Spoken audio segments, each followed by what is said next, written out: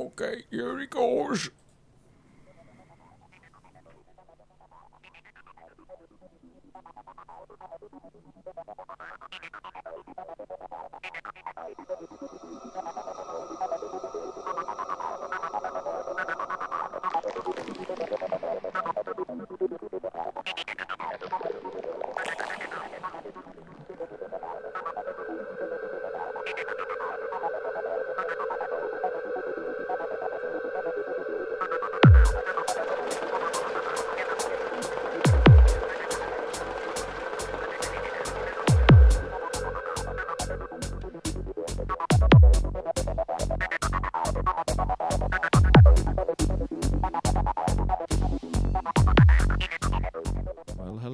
Welcome a second time to CirclemakersTV. This is the second broadcast of the show this evening because apparently the first one was just stuck on the time clock, so you couldn't see anything beyond the time clock. Well, I hope you're seeing this now as we are broadcasting, so time for some snuff. That always sorts everything out. Anyway, welcome to CirclemakersTV. My name's Matthew Williams. If you have never been on the show before, you may wish to visit this website, which is www.circlemakerstv.org. If you are watching us now live on live stream, you can take part in chat and the chat window, which is further down your browser. What you do is you scroll down, you'll see a little white bar on the white box on the right hand side, and you'll see people tapping away and having joviality and saying some rather rude things and some hurtful things and some truthful things in that window, and you can take part. So sign up to live stream, I think you have to, and then you can actually start typing in that window. And if you want to Skype the show tonight, I believe our Skype is now working. It wasn't 5 minutes ago, but now it is, thanks to Agent S, who browbeat me ruthlessly into installing an update for Skype, which I think I didn't want. But there we are. Sucker. Oh, God. She says to me, it'll work. And it's like, no, but I don't want it because it's going to have bloody spyware and crap in it because they try to charge people for doing webcam stuff now. It used to be that you could have multiple webcam things in conference call, and they've now started charging people for it in the new version of the software. So that's the reason I didn't really want to do it, is because I thought, well, one day we can have like 2 Skype webcams in, and I'll have to see what it's going to do now, because otherwise it's going to take it off my fucking bill, your Skype out bill that you get. But cheesy little bastards. I'm going to go back to version 4, and that'll show them. But anyway, right. So in the studio tonight we have a guest, and he is a local person from Devizes, but I'm going to let him explain a little bit more about himself. Have we forgotten anything? Oh yes, before we go across to the guest, I might as well say that we have a new distinction. We are now the #1 paranormal show on live stream. So we have got the distinction of being the most exciting thing to do with the paranormal on live stream. And the way you know this is because if you go into the live stream box at the top, and don't do it now because you'll ruin your stream and you'll have to reconnect. If you go up there and you type in the word paranormal, we're not the first, we're the second. We're the first English-speaking top choice on live stream.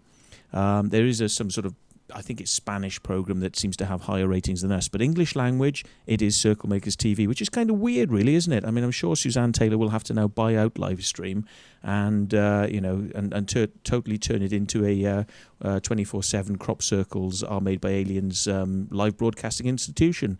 Eh, Suzanne? So, right, without further ado, let's go over to our guest on the sheet and say hello to Mr. Steve Budge. Williams. There we are. Fade the mic up. That does help, doesn't it? I'm expert with these things. Right. So, hiya, Steve. Would you like to tell us a little bit about yourself? We already heard that you're from Devizes, but what's your sort of background then? You know, we usually start with age. How much of an old fart are you? Sorry, I mean, how young are you? I'm not sure I really want to tell you that. Okay, this is a government secret. That's we will. Right. I am. Do you think I could apply for a Freedom of Information Act request in order to get your age? No, because MI6 does not give out those. Okay, right, fine. All right then. Well, we won't go there, but let's go into a specialist field of propaganda that you deal. I mean, information that you are going to give us on the show tonight, which is independently researched. Well, the reason I come to you really from the States, where I found out about 15 months ago the truth about 9/11. Started talking to some of my friends in the States, and I imagined that, those people would talk very freely about the fact that it was very suspicious. Right. But the propaganda machine was working full bore, and nobody wanted to know or talk about it, and they all thought it was a very silly idea. Anyway. So how long were you living in the States for, by the way? And on and off for 10 years. We arrived in 99. Right. And then we're there through to the end of last year. Right, okay. And in the middle of that period, 3 years in the Middle East. Oh, right, okay.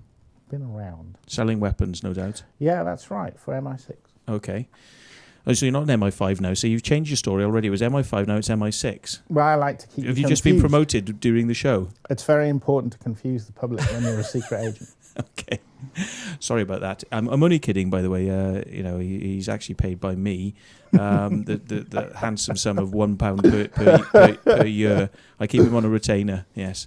But right then, well, sorry about the silliness. What is your sort of area of interest and expertise?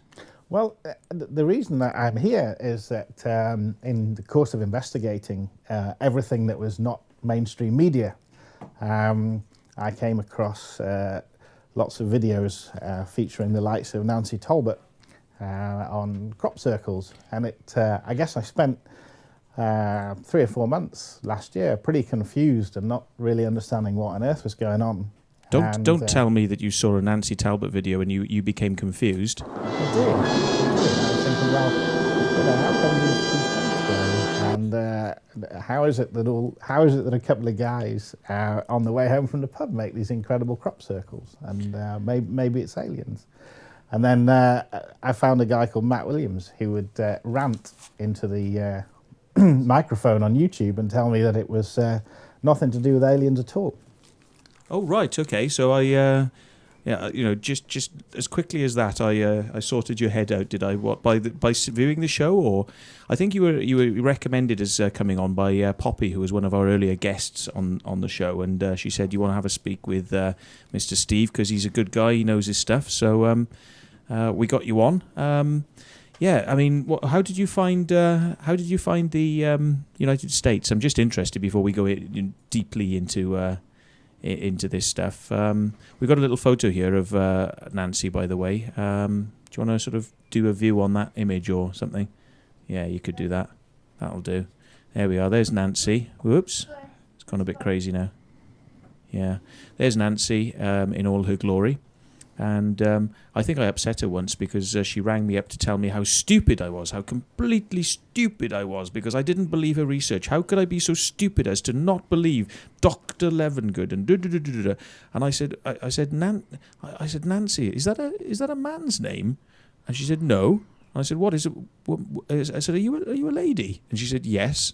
But she was sort of speaking down there like that, and she was like, "I'm Nancy Talbot," and I'm like, and I think she must have had a bit of a smoking or whiskey habit over the years. But well, that is a bit rude, isn't it? It was a bit rude of me to say that, but I was honestly thought I was speaking to a bloke. I know it's a terrible thing to say on Circlemakers TV, but I'm embarrassed that I did say that. But I think the blunt as a shunt or something like that. Is the term. But anyway, that's me and Nancy. We haven't spoken since, and I wonder why. Anyway, how did you find the US? What did you think of it? Because being a British sort of person and living out there, did you find it good? Well, I was living Seattle essentially, and so it's an amazing place. Mountains, water, Pacific coast, all the rest of it. Mm. And unfortunately spoiled by having a lot of Americans there, but I had some very good friends. I found that the programming there is extreme, and so you really are regarded as crazy if you raise any of these issues. or at least people shy away from you much more quickly than they do in the UK. People in the UK have a little bit more idea, I think, of what's going on in general. So you didn't have flags on the front of your car then, and like flags on your lawn, and come out in the morning and sing Star Spangled Banner songs, and you didn't get involved in that side of being a true patriot. I didn't, but I did. I was there when I was there in September the 11th, 2001. So I did experience the post-attack nationalism, where almost every house had a flag, if not 3 or 4. Yeah. So I saw that. I saw the reaction to that. Well, do you think that people who sort of put flags on their houses after that event, what they're really trying to do is they're trying to stop the FBI from thinking that they're the Al Qaeda threat? So it's like, look, we've got 4 flags on our house. Anyone who hasn't got any flags, they're the ones that you want to kind of be looking into. Everyone gets a little bit sort of touchy about it and starts becoming a flag waver. It's not me, honestly. Don't search me.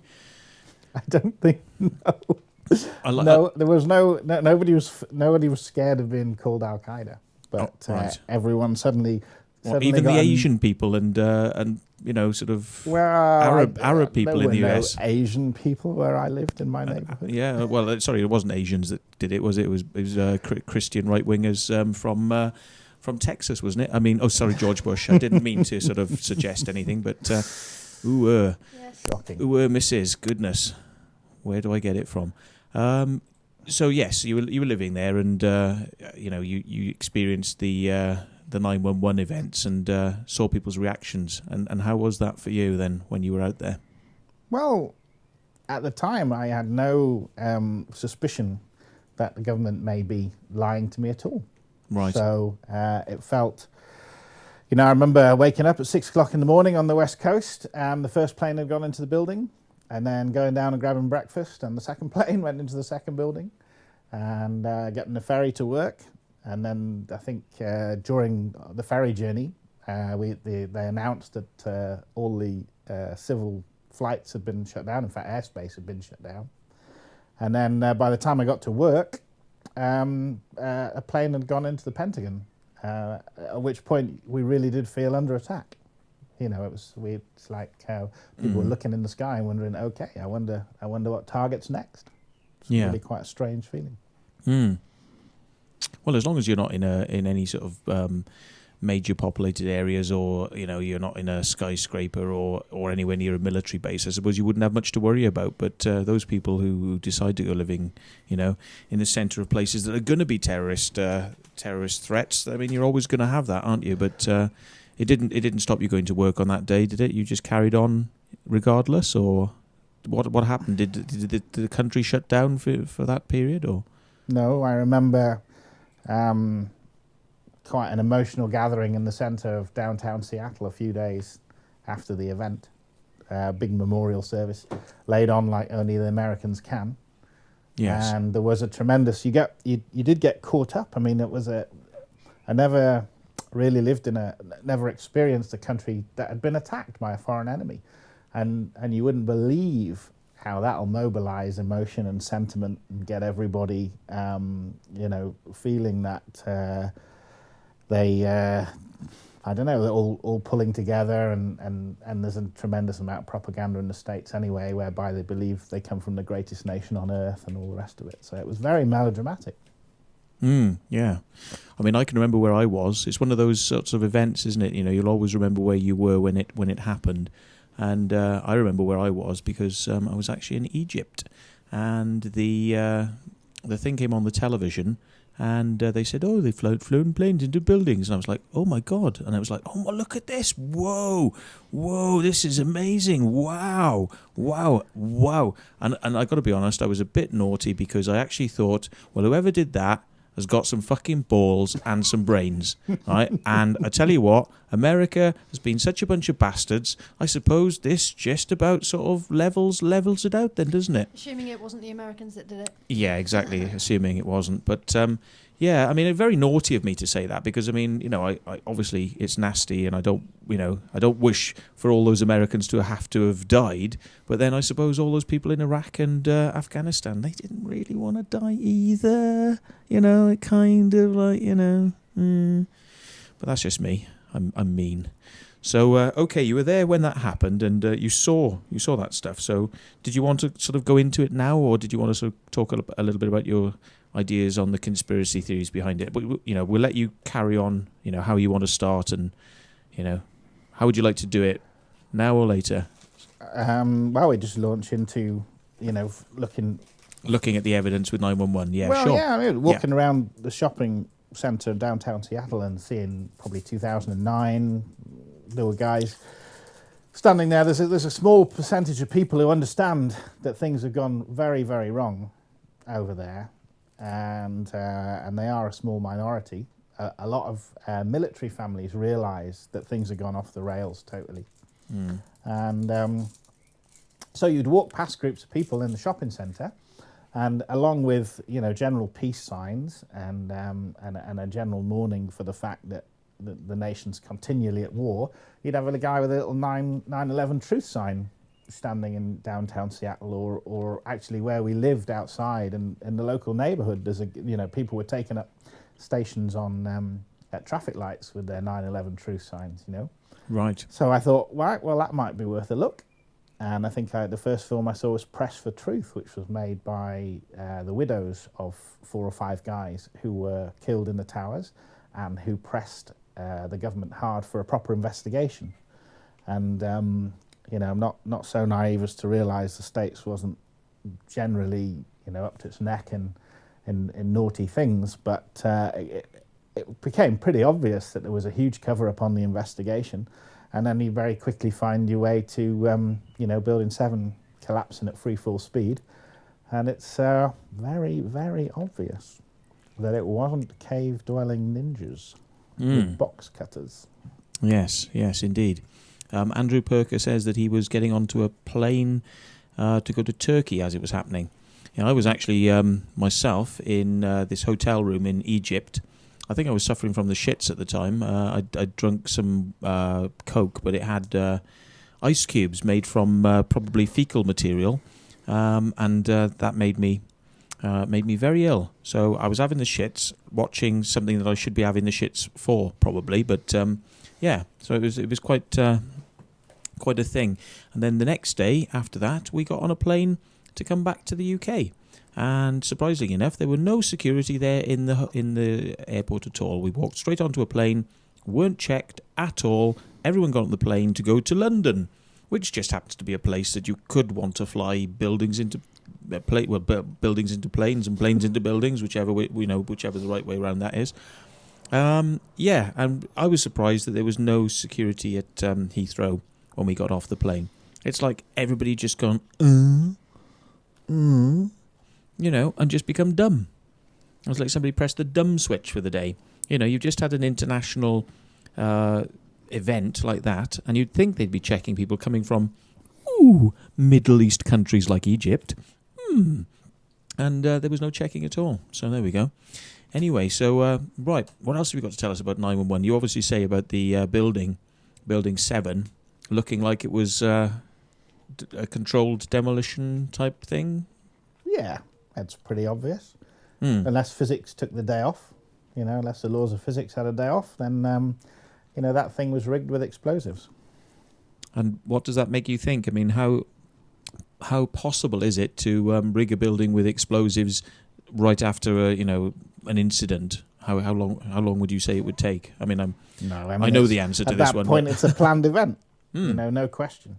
Because you couldn't just get in there, could you? You know, within a couple of hours and start rigging the place with explosives, could you? Ready to take it down? No, but it's once you discover that, it's not a hard concept, because obviously they went into Iraq on the back of that, and that's very profitable, so it makes a lot of sense. Right. So, and this is me eating a hard-boiled sweet. It's something you shouldn't do when you're doing professional television broadcasts. But I got one too. Agent S has got one, so I'm not going to be outdone. Right.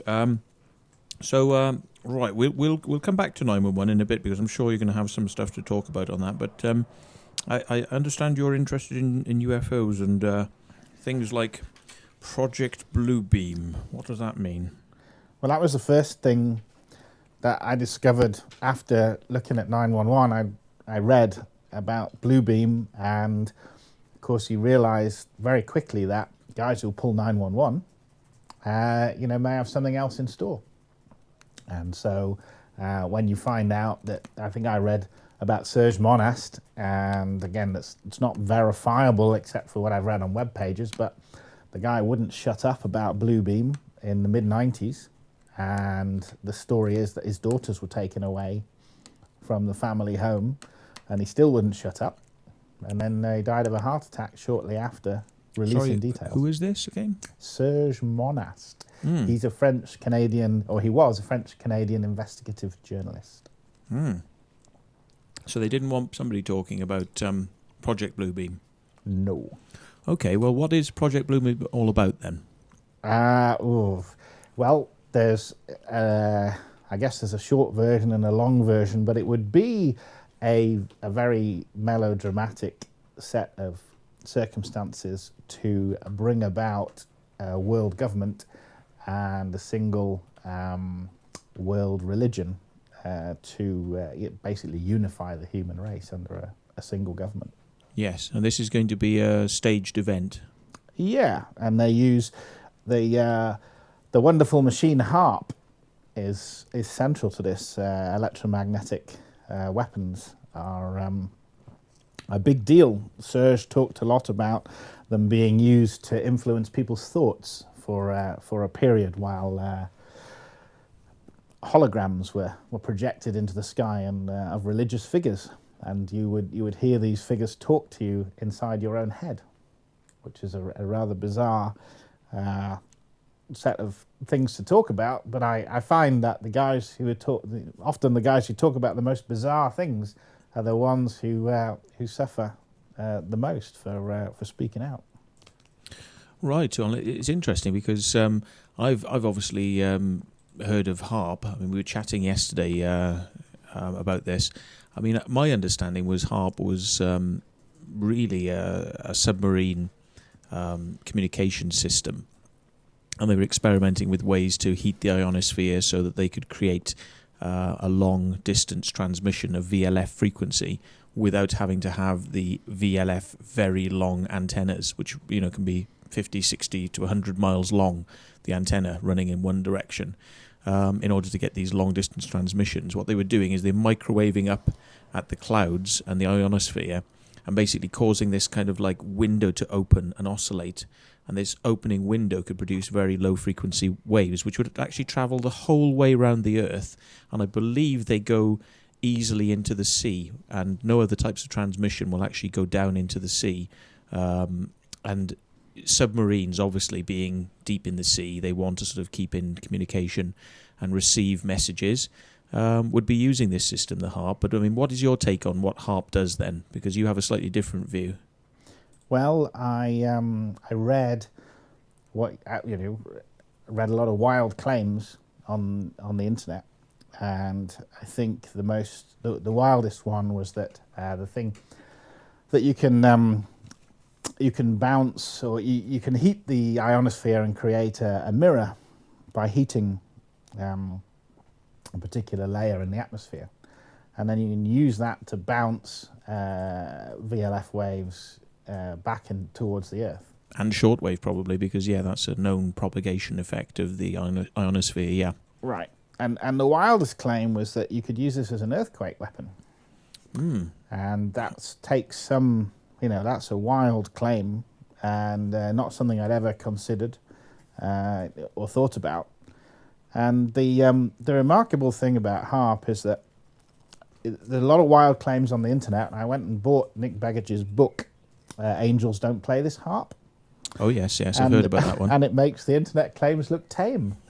When you look at the in-depth research that's been done on the system over a number of years. I mean, these guys, I can't remember the name of the lady journalist who worked on the book with Nick Beggage, But they were looking at this. They saw it coming, or a number of people saw it coming. I think specifically people who were interested in Tesla technology and were following the progress of alternative energy sources and at Tesla conferences and looking at what was being done by Bernard Eastland with his work and his patents. And guys have tracked this all the way through, I think, from the early 90s through to now. And it's when you read the book, it's a very coherent story about a set of patents being registered, and then those patents getting registered to particular companies, and those companies being bought up by other companies, which then get military contracts, and then the system is built, and then we see what we see now, where I think I sent you a bunch of links. Certainly, there's a report out that the atmosphere above Japan, where the earthquake happened, was superheated, and that's very consistent with an electromagnetic geophysical weapon. Well, it's interesting that you say that, because I mean, I've read reports, and I think I've seen documentaries, but then who can trust television documentaries which look at HAARP, and I think the question of some of these conspiracy theories was addressed slightly in the program, and they were saying, some people are saying that this is a weapon and all that sort of stuff, and we've got a little picture of the HAARP thing here, so we'll just show you what the HAARP array kind of looks like. It's a string of antennas which basically point upwards, so the signal is designed to be focused upwards, and I believe it's a couple of million watts of power directed upwards in a microwave form. Only trouble is, I think it was quite widely accepted that you would need to have an absolutely phenomenal amount of power in order to cause any sort of heating effect anywhere above other countries. You wouldn't be able to sort of get this effect to kind of go around the globe, and you certainly wouldn't be able to do anything like fry something up there. The heat wouldn't be enough, and the energy levels wouldn't be enough to do anything. I think they were sort of saying, like, you could say that what we would estimate requirements to be with HAARP would be sort of like 0.001 of what you'd actually need, 0.001% of what you'd actually need in order to even have a chance of making an effect. So it's actually quite like low powered, but I know that some people are sort of definitely behind this. Do you want to sort of pick up that photo there, and we'll have a little look? There we go. There we go. There's a picture of the array. And it's up in Alaska, isn't it? Well, there's more than one. Right. There are several, and I'm not going to remember all the locations around the world, but there's certainly one in Norway, northern Norway. Right. Norway. We come to that in a minute, I suppose. And there is there's a phased array antenna which hangs around at sea. It's a mobile unit. I think it's called the X-band, the X-star unit. Right, okay. So they have a mobile system. That's their control centre there. Doesn't exactly look like Cape Canaveral, but... But what I did find out when I read the book, and the authors interviewed a number of physicists, they were talking about non-linear effects. And one thing I remember one of the physicists saying was that they'd projected radio wave energy into the atmosphere, and it had followed a magnetic field line around the Earth. And when it returned to Earth along that magnetic field line, the energy that returned was magnified something like 1,000-fold compared to the energy which was transmitted. So you're dealing with physics which is completely outside of, if these guys are to be believed, the ones who were interviewed for the book, you're dealing with a set of physics which you don't learn at university. Well, that's an interesting claim. I mean, if they could actually prove that, because I mean, anything like anything from a torch beam, if you're sort of projecting a torch beam to a laser to a radio transmitter, the normal effect is that as it goes away from the transmitter, it gets smaller and smaller and smaller. The power goes down, the effect goes down. So I'd be interested to sort of see whether or not there was any proof in this, because it would go against everything in physics that we know to say that you project something and it actually increases as you project it, rather than diminishing as you project it away. Absolutely, and that's all a weird thing. Recognised and acknowledged in the book, and I would encourage people, if you're looking for or if you're interested in things which are paranormal, go and have a really close look at HAARP, and have a look at Nick Beggage's website, and because he has some references there pulled back to press conferences with American, I think there's a US Secretary of Defense in the 90s, is actually quoted saying that people have the capability to produce earthquakes and set off volcanoes with electromagnetic weapons. Yeah, we're not sure how to spell Beggages. We're just trying to have a look for. I think it. I don't have his. And if you type Nick Beggage HAARP, it'll probably find something. But what's the name of the book again, so people can actually look at it? It's Angels. Angels Don't Play This HAARP. Right, and that's his book, is it? Yes. Excellent. Okay. Well, that's kind of interesting. So, how does? You've obviously said that superheating of the atmosphere above Japan. This has also been, by some people, claimed that recently a lot of tsunamis and weather and earthquakes have been a direct result of use of weapons like HAARP, or maybe something else, that there's a manipulation is going on here rather than it being just a random weather event. Yes. So what do you know about that? I've been watching the YouTube videos from the guy who calls himself Dutch Synths. I'm not sure if you're familiar with that at all. No, I'm not familiar with that name. Okay. Well, there is a guy who is looking at the Intellicast weather radar images in the USA, and he has identified what he believes to be telltale signs of weather modification in the Intellicast weather radar, which is publicly available to anybody who cares to have a look. And we just found this site called, I think it's HAARP.com, which is HAARP.com. And Nick Begich was mentioned on there, and I believe his name is spelt Dr. Nick, Begich. So Begich. Yeah. And he's got a book on Amazon. You can buy that book on there. We've just put the link in channel. But straight away on that site, harp.net, right next to his article, I was kind of interested, is if we go to the... Have we got the one that we just had a minute ago?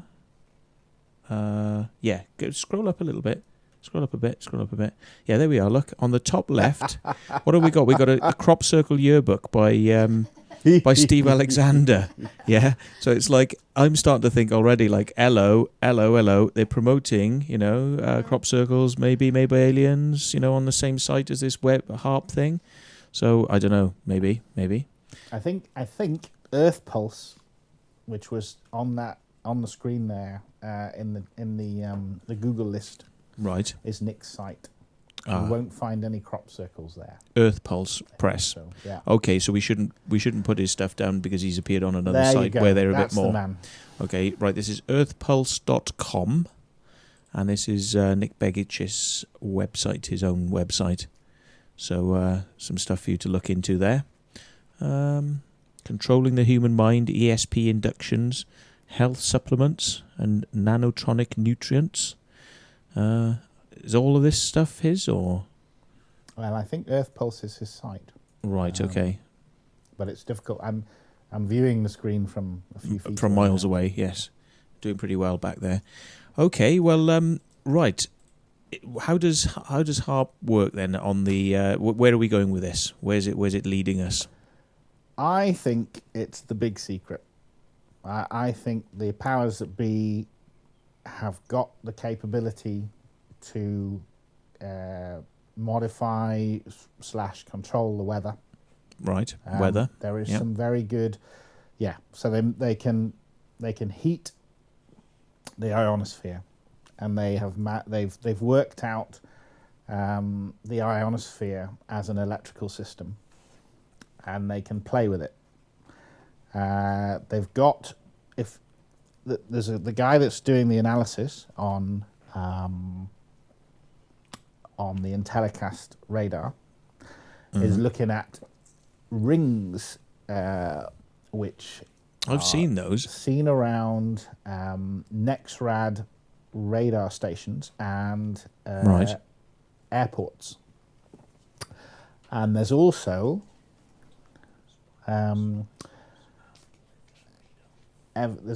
evidence on the radar images of radiation across that scoots across the entire US continent, and the theory is that would interact with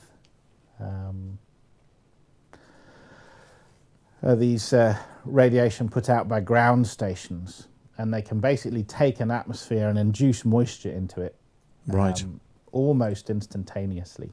We're looking at this sort of pattern that's been appearing on weather radar quite a few times and is quite unusual. Yeah, that gets proposed a lot as alien origin. And, it's something weird going on. As far as I can tell, that's genuine. It's not somebody making up a pretty picture to confuse people. We just typed in spiral weather radar into Google, and we've got straight onto this, so if you want to go check it out yourself.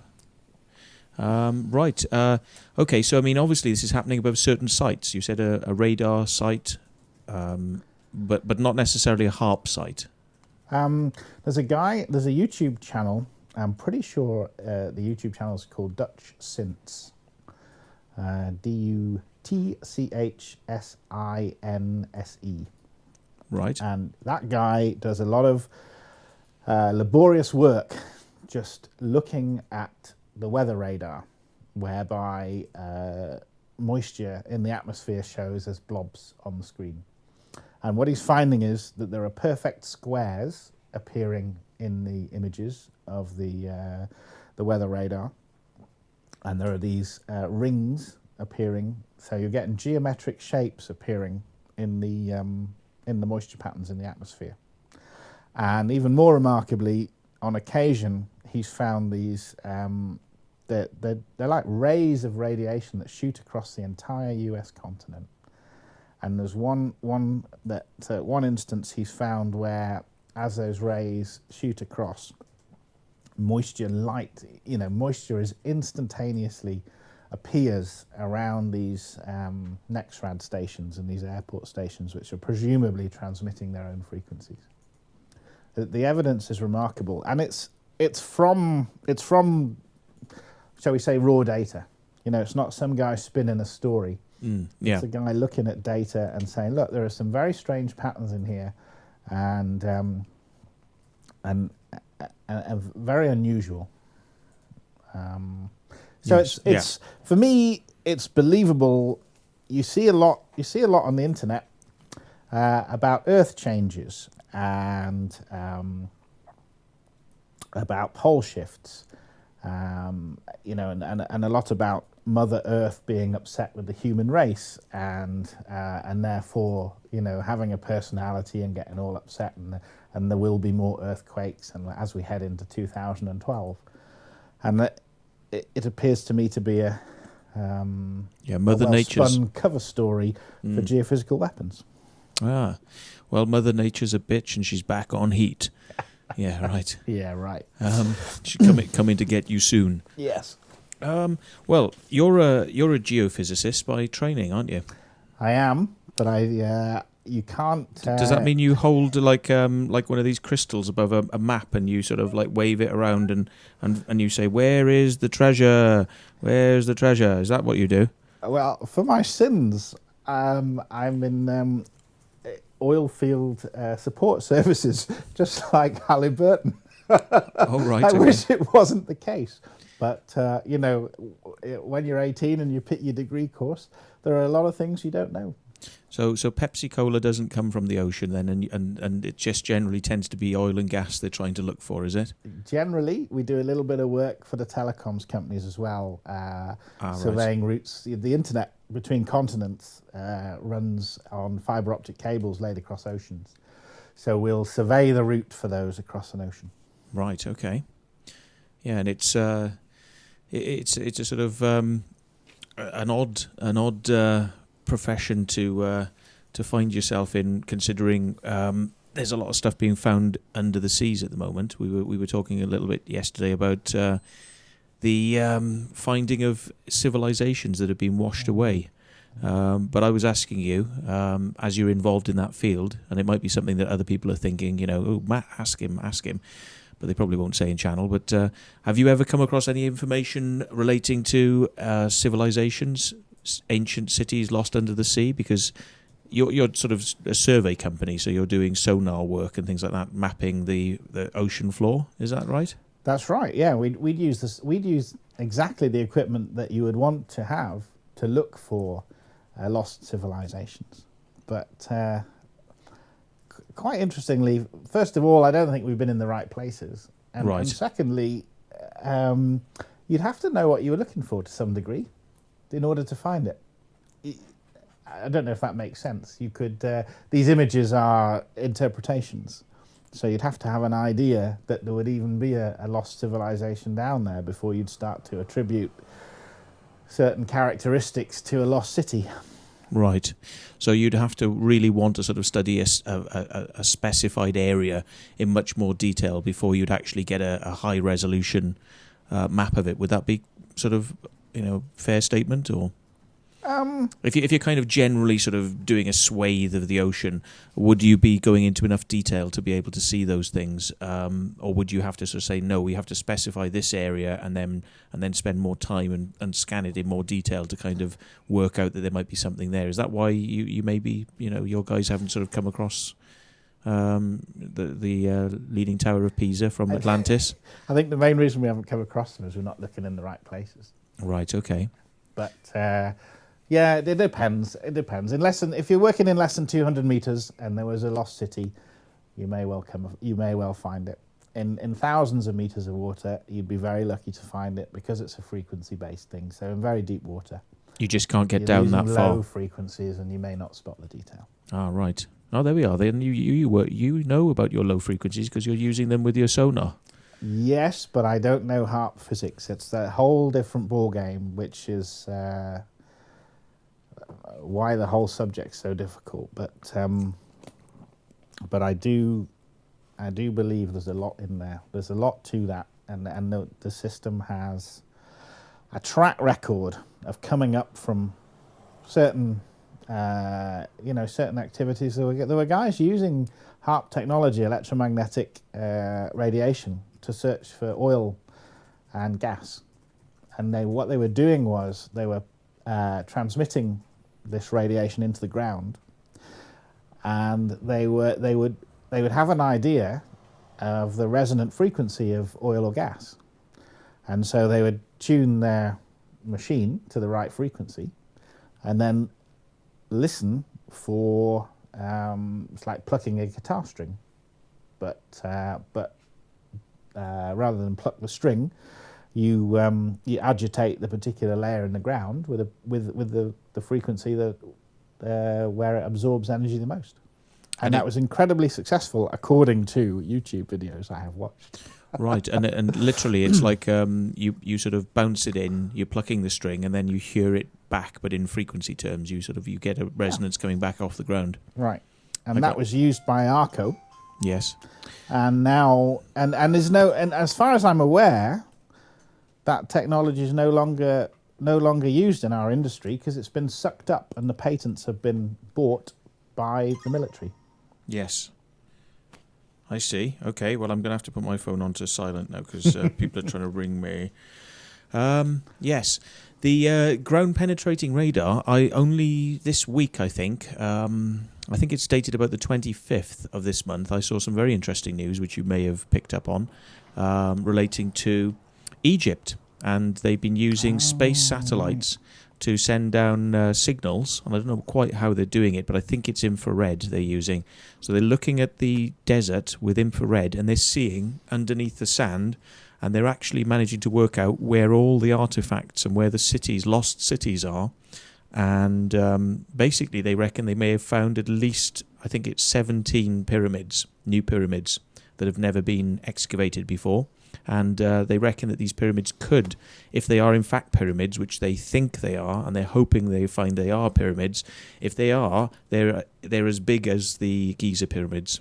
So definitely something to write home about. And that's only been found out in the last couple of weeks, and information being released on the net. So quite interesting that they're finding out more stuff all the time.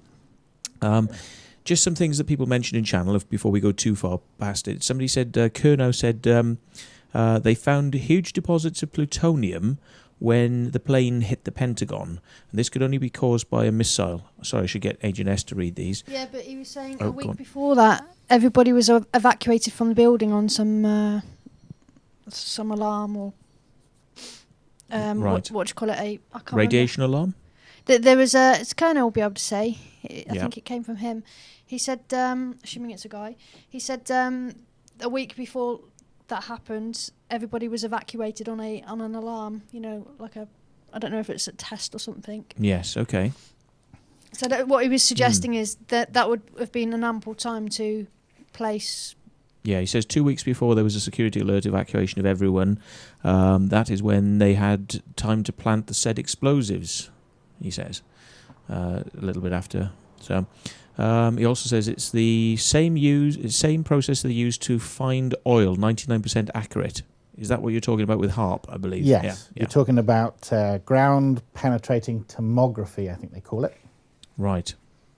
And is it any similar to this type of stuff where they wheel out a radar that can see into the ground at it's almost like a lawnmower, and they move it across the ground and it bounces into the ground, but that's ground based rather than satellite based. Is that the same sort of stuff, or? It's similar, but it's much better, because rather than just bouncing radiation off a layer, you are when you use this tomography, which we suspect is now part of HAARP technology, you're not just bouncing information off a layer, you're resonating it.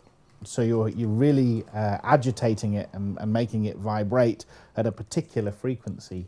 And so you get a much more definitive result, because oil saturated sandstone vibrates at a particular frequency. So you really hit the nail on the head when you manage to get a layer in the earth that's vibrating at that frequency. The chances are it's oil.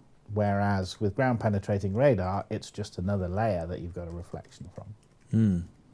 Andrew Perker has put a link in here saying, have we seen this link? We'll have a look, and it says, a Speaker of the House spills the beans on Georgia TV. We'll have a little look into that. I did try to look at it, but it was quite heavy on the bandwidth, I think. Okie doke. All right, we'll try and look into that in a sec then. But have we got anything else? No, that's okay at the moment. So right, I'm just thinking now, I mean, these types of systems where they energize the ground and it causes this effect, I'm assuming that they would then be looking at it from space with satellites or something of that nature to kind of ascertain what they're getting over a large area, the bounce back then. Or how do they do it? How do they actually pick the signal up? Because if you sort of you bounce signals up into the air, they then bounce back down off the ionosphere to heat a large area of the ground or something like that. If they're using that sort of HAARP technology, is that correct? And then, but where do they pick up the signal? Do they pick the signal up on the ground, or do they have to pick the signal up in the air to actually analyze it from satellites or the ground? I'm pretty sure when they were using ground probing tomography to look for oil, it was ground-based, so they generate the frequencies at ground level, and then they'd listen for the any resonance at ground level. Right. Okay. And that was being done prior to any HAARP system being built. Right. Okay. Well, we've come up on an hour now, so we're harped out. Should we sort of skip to another topic, and because I think all these sorts of things start to link up in a bit, don't they? There is a theme to one's madness. Mm-hmm. It's not all madness. So yes, what about you mentioned to me about China and UFOs shutting down airports. Let's go sideways and deal with something wacky like that then. What's all that about? Yeah, I haven't. You've spent a lot of years looking at the UFO scene, and I've spent very little time looking at it. But it made my jaw drop when I came across news reports that UFOs had shut down an airport, because I guess I came from a mainstream perspective where UFOs were some guy looking at some refracted light or making a mistake, or it was just someone on the happy pills or whatever. When I came across a real object that had shut down an airport, frankly I was quite shocked. And at that point, I was in my dazed and confused point. I think at that point it was probably August last year, and I was believing that crop circles might be alien origin. So all over the place. Oh well, I mean, it takes one a while to kind of discern what the good and the bad information is out there, and I think that's the trouble with the internet, is there's so much information, it's almost confusing to know what is the truth. So I think it takes you a while to kind of settle down and understand who are the good guys, who are the bad guys, where the stuff's coming from. But I mean, certainly with this story, anyway, there was a backup to it. It wasn't just a sort of fly-by-night story. It was something that was reported in the news, and I think we've got a picture of the UFO which was taken. Is that correct? That photo you can see there? Well, that's the Sun, isn't it? That's the Sun newspaper. Yes. Is that can we count that as news? Well, I don't know. I mean, they seem to get off on sensationalising things, don't they? So. Yeah. I mean, sometimes they make these photos up to match what people said they saw. But I mean, it says plane mysterious UFO hovers near Mongolian airport. Now, that doesn't, say that is a photo of actually what people saw taken with a person's camera standing there watching it. It just says plane mysterious UFO hovers near Mongolian airport. Now, they're not saying that was taken by somebody. So therefore, that could be a mocked-up photo, which the newspapers do quite a lot. But but they can say UFO, and it won't mean a flying spaceship, will it? A UFO is unidentified flying object. Yes. So they would be right in saying it's a UFO, whether it was or it wasn't. Yeah. I mean, it says here that 3 flights from Chinese cities, Beijing and Shanghai, were diverted to nearby airports. And this is the 3rd mysterious UFO sighting this year to have resulted in Chinese airfields being closed. Now, if we scroll back up and have a look at the photo, can you zoom in on that photo? Yeah. Yeah. And we'll just have a little look at it a bit closer. So hopefully people can see what we're seeing. But would you like to describe that for us? Me? What you're seeing there? What do you think that is? I don't know. Was it blue? The under part, long thin blue light with 4 red lights above it. Are those red? Because see my crap colour vision, I can't tell. Yeah, I mean it's ways away from me. It looks like a cylinder of a cylinder, or perhaps part of a disc, which is only lit from the underneath, perhaps. But I know what it is. What? I fucking know what that is. What? That is a picture taken from a window, and that's a reflection of a halogen bulb on the ceiling. You reckon? Yeah, because ever since I first saw this picture, I'd noticed the light that's going down. If you look at the background, it's all clouds. If you imagine that as mist, that light shining down contradicts all the mist that's around. It's too. Do you know what I mean? So it looks like it's a picture that's been placed on top of that. But that would make sense if it was a glass sheet, because then that light would fall straight down. Okay. And also the 4 the 4 holes on the light, aren't there some functions like that on these strip lights in office buildings? Don't know. Don't know. I mean, you make a good point.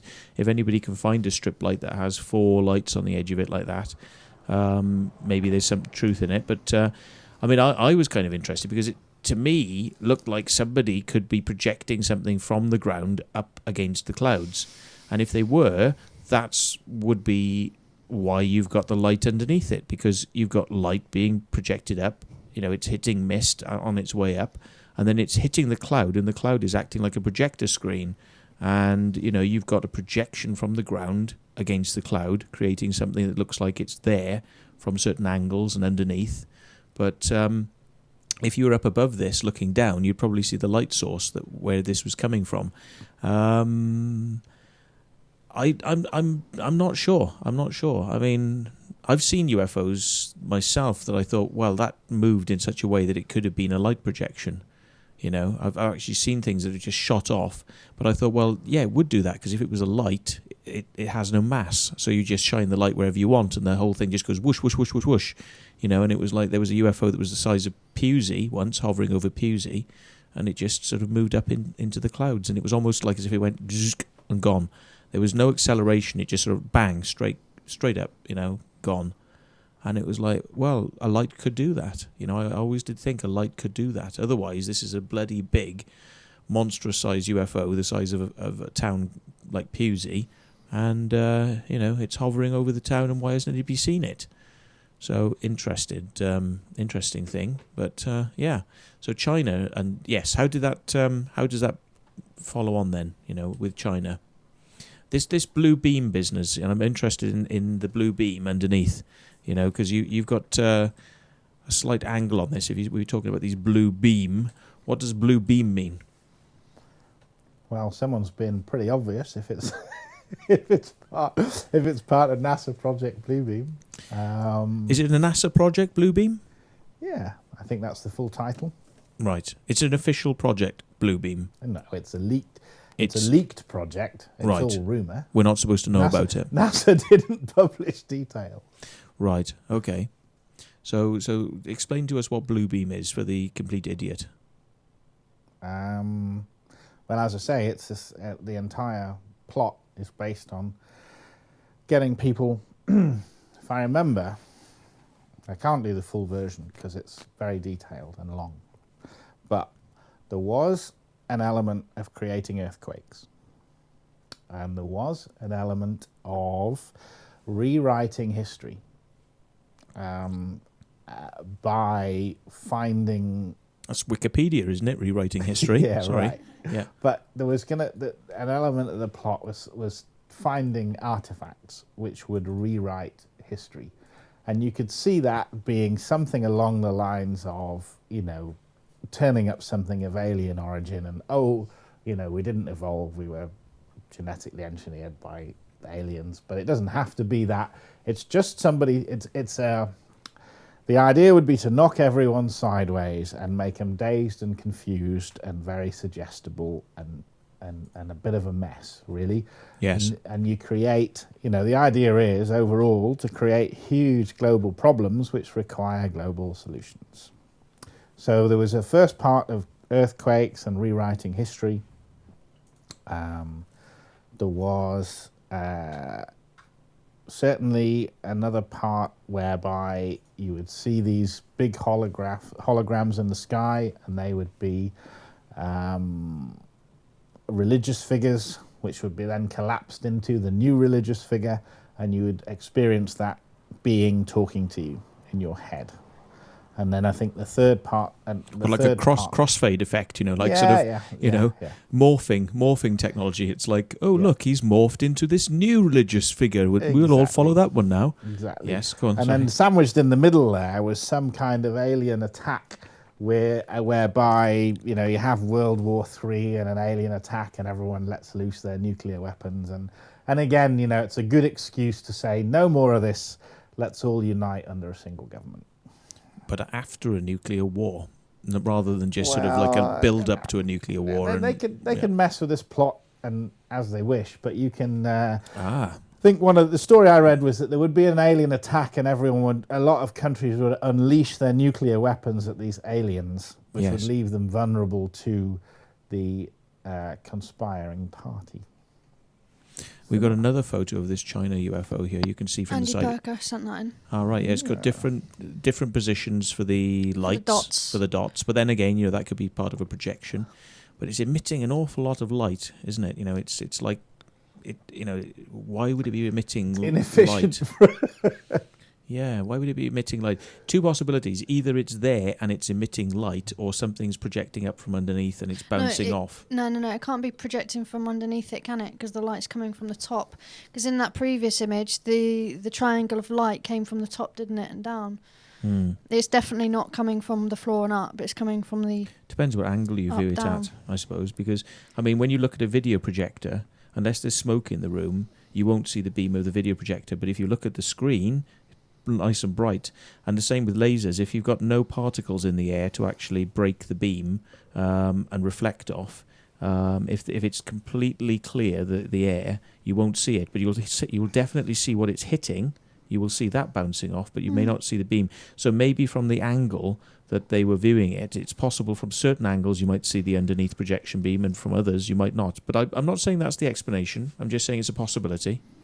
So we got flat there where all the little dots are together. Yeah. And then we've got suddenly they've gone. Oh, where's it gone? Hang on. Suddenly it's gone circular. Yeah. I wonder whether this is from different angles.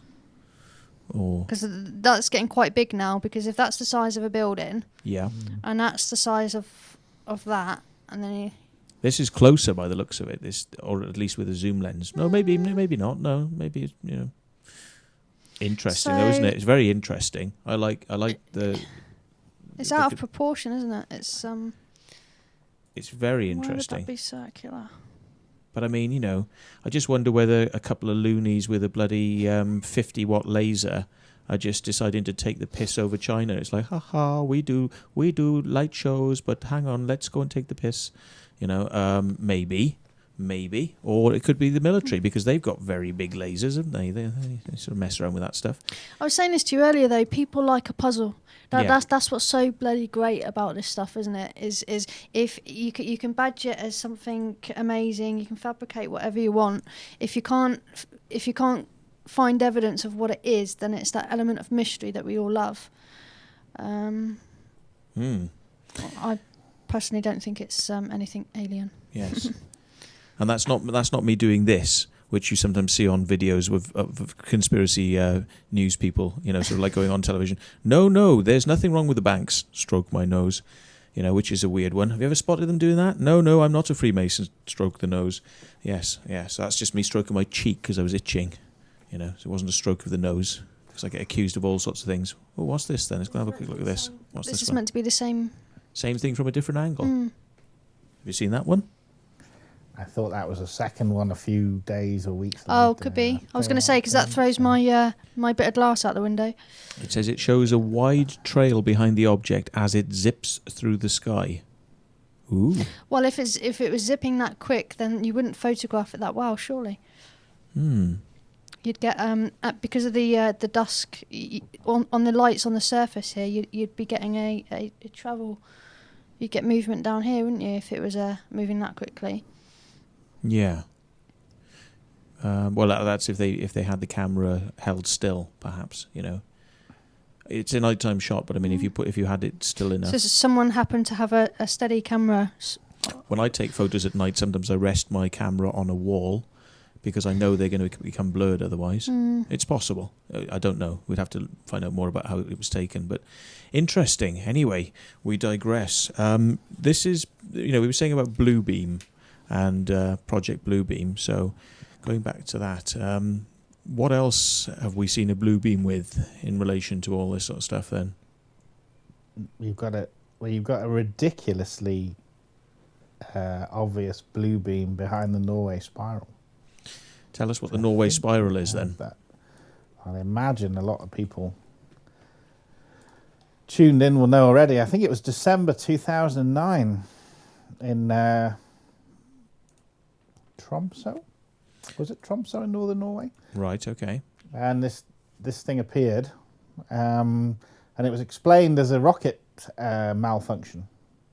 But I'm pretty sceptical that it was a rocket malfunction. I've seen Richard Hogeland's has traced the beam, which could be interpreted as a projection up from the Earth, and that apparently can be traced down to a HAARP site in northern Norway. Yeah, and I've seen it modelled as a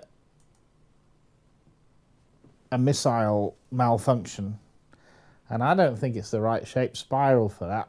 I think a missile malfunction that I saw would create a big corkscrew rather than a flat planar spiral. The imagery you have there is not.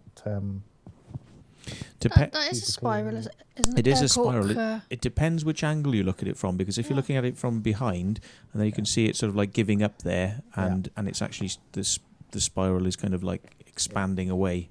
Yeah. But this is a photo then taken of it from a different angle where you see the blue beam, and there's that blue kind of spirally thing, and the overall effect of the spiral in the sky. So I mean, you can see it from different angles, different photographers. I wouldn't be totally shocked if that was like somebody's idea of a Project Bluebeam kickoff stunt. Right. Well, it looks like something out of Batman, doesn't it? Yeah. Just because it's so obvious. Like, okay, just let's let everybody know this is the we're going to roll it out now. But. Well, I thought it was kind of interesting when this story first hit. Everybody was saying, "What is it? What is it? What is it?" And then it took a long time for the military to come forward and say, "Oh yes, it was just a missile launch from the Balkans or something like that." And it was, and it sort of came up across Norway, and it was a ballistic missile test or something of that nature.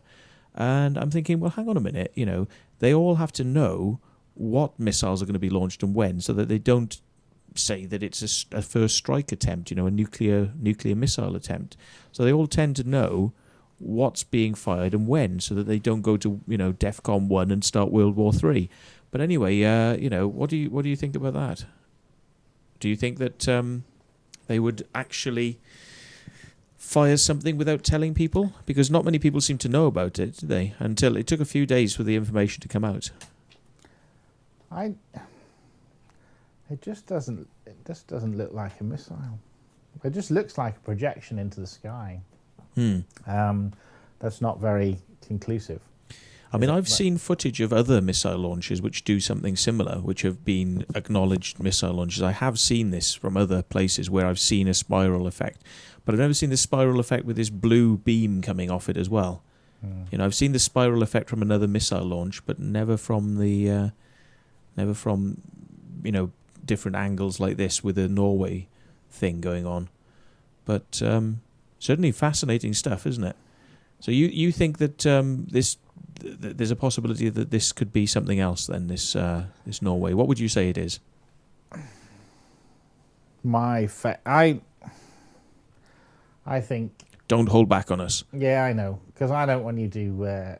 I don't want to make an idiot of myself. Oh, but go on, please. I think it has every... We make idiots of ourselves every week on the show. I think it's quite possibly a holographic projection from that...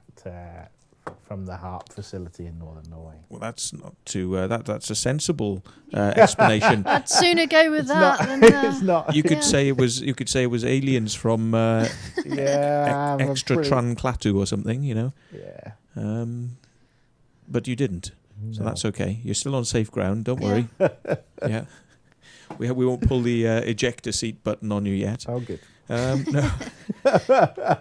Okay, so Project Bluebeam, lots of these things going on with sightings of UFOs.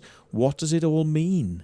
What does it all mean? Do you think they're actually trying to, sort of steer things at the moment? Is there some sort of, or is UFO numbers at an all-time high, or are they just reporting it more? I mean, are the media more interested at the moment, and that's why things are getting out? What do you think?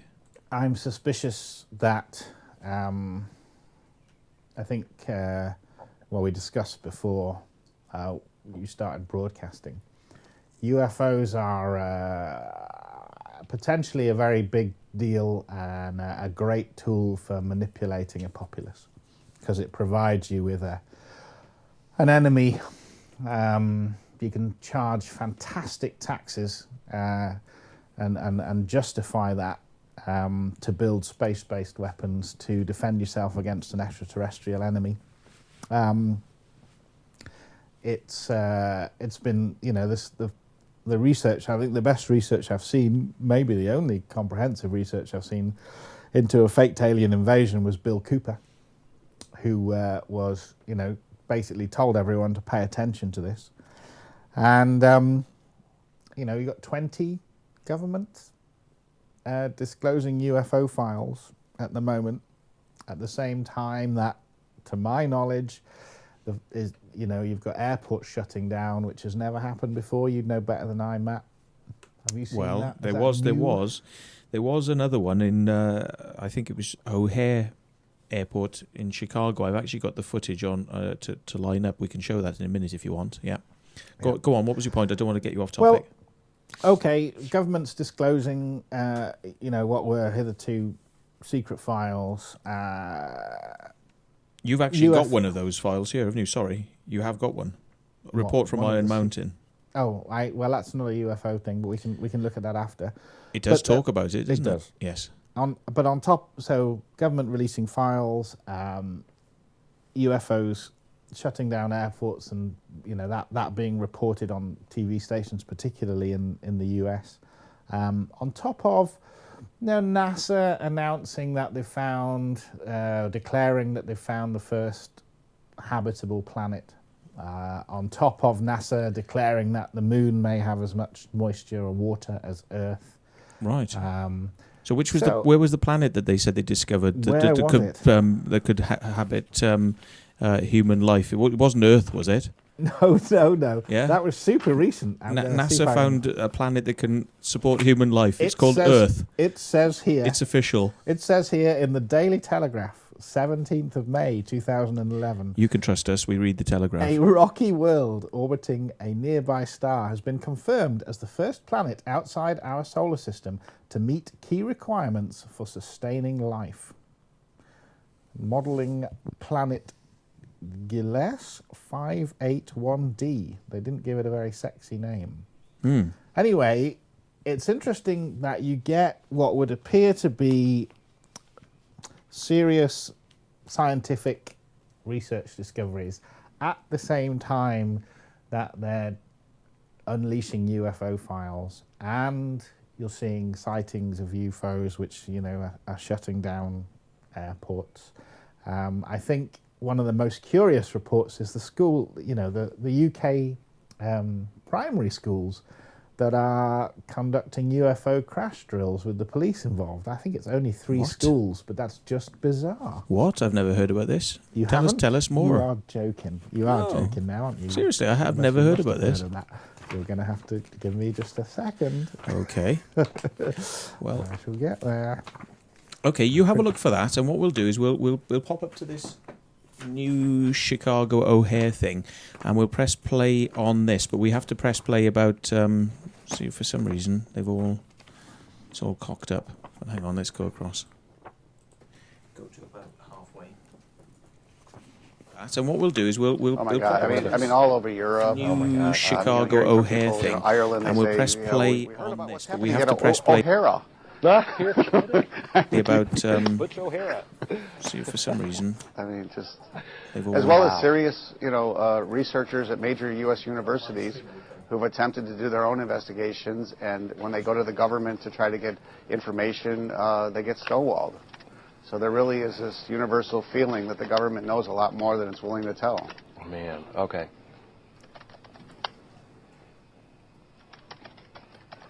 Okay, this is a news report which is talking about the Chicago O'Hare. I'm just going to say, okay, here we stuff. Here they go. I think it's so cool that I was the first one to get to talk to you about it. That's right, last Friday. Yay. Okay. The UFO O'Hare story the Chicago Tribune exclusively broke on New Year's Day is garnering attention around the world. Joining us now to talk about it once again is Tribune transportation writer John Hilkovich, who broke the story. And John, the response has been, well, out of this world, hasn't it? Yes, it has been astronomical, Jim. Every major country, it seems, people have written in, both those who claim they've spotted UFOs during their life, as well as serious researchers. I mean, just the last 2 days, this is my email, and these are the serious emails. The ones from kooks who said they were brought aboard alien spacecraft, I put in a circular file. So it's just a story that has legs, and people are fascinated by the thought, and I think there's some belief that there are advanced life forms that are visiting us here on a regular basis. You've been contacted now in the last few days by several countries, but that also includes serious university researchers here in the U.S. You know, I've got to tell you, too, I got a call from my dad in California Monday night, and he's like, what is up with the O'Hare UFO story? I'm like, where did you see that? Where did you read that? Well, it was on Fox Network's Crawl at the bottom. It's just amazing how much this is garnering. Yeah, it really is, and worldwide attention, as you say.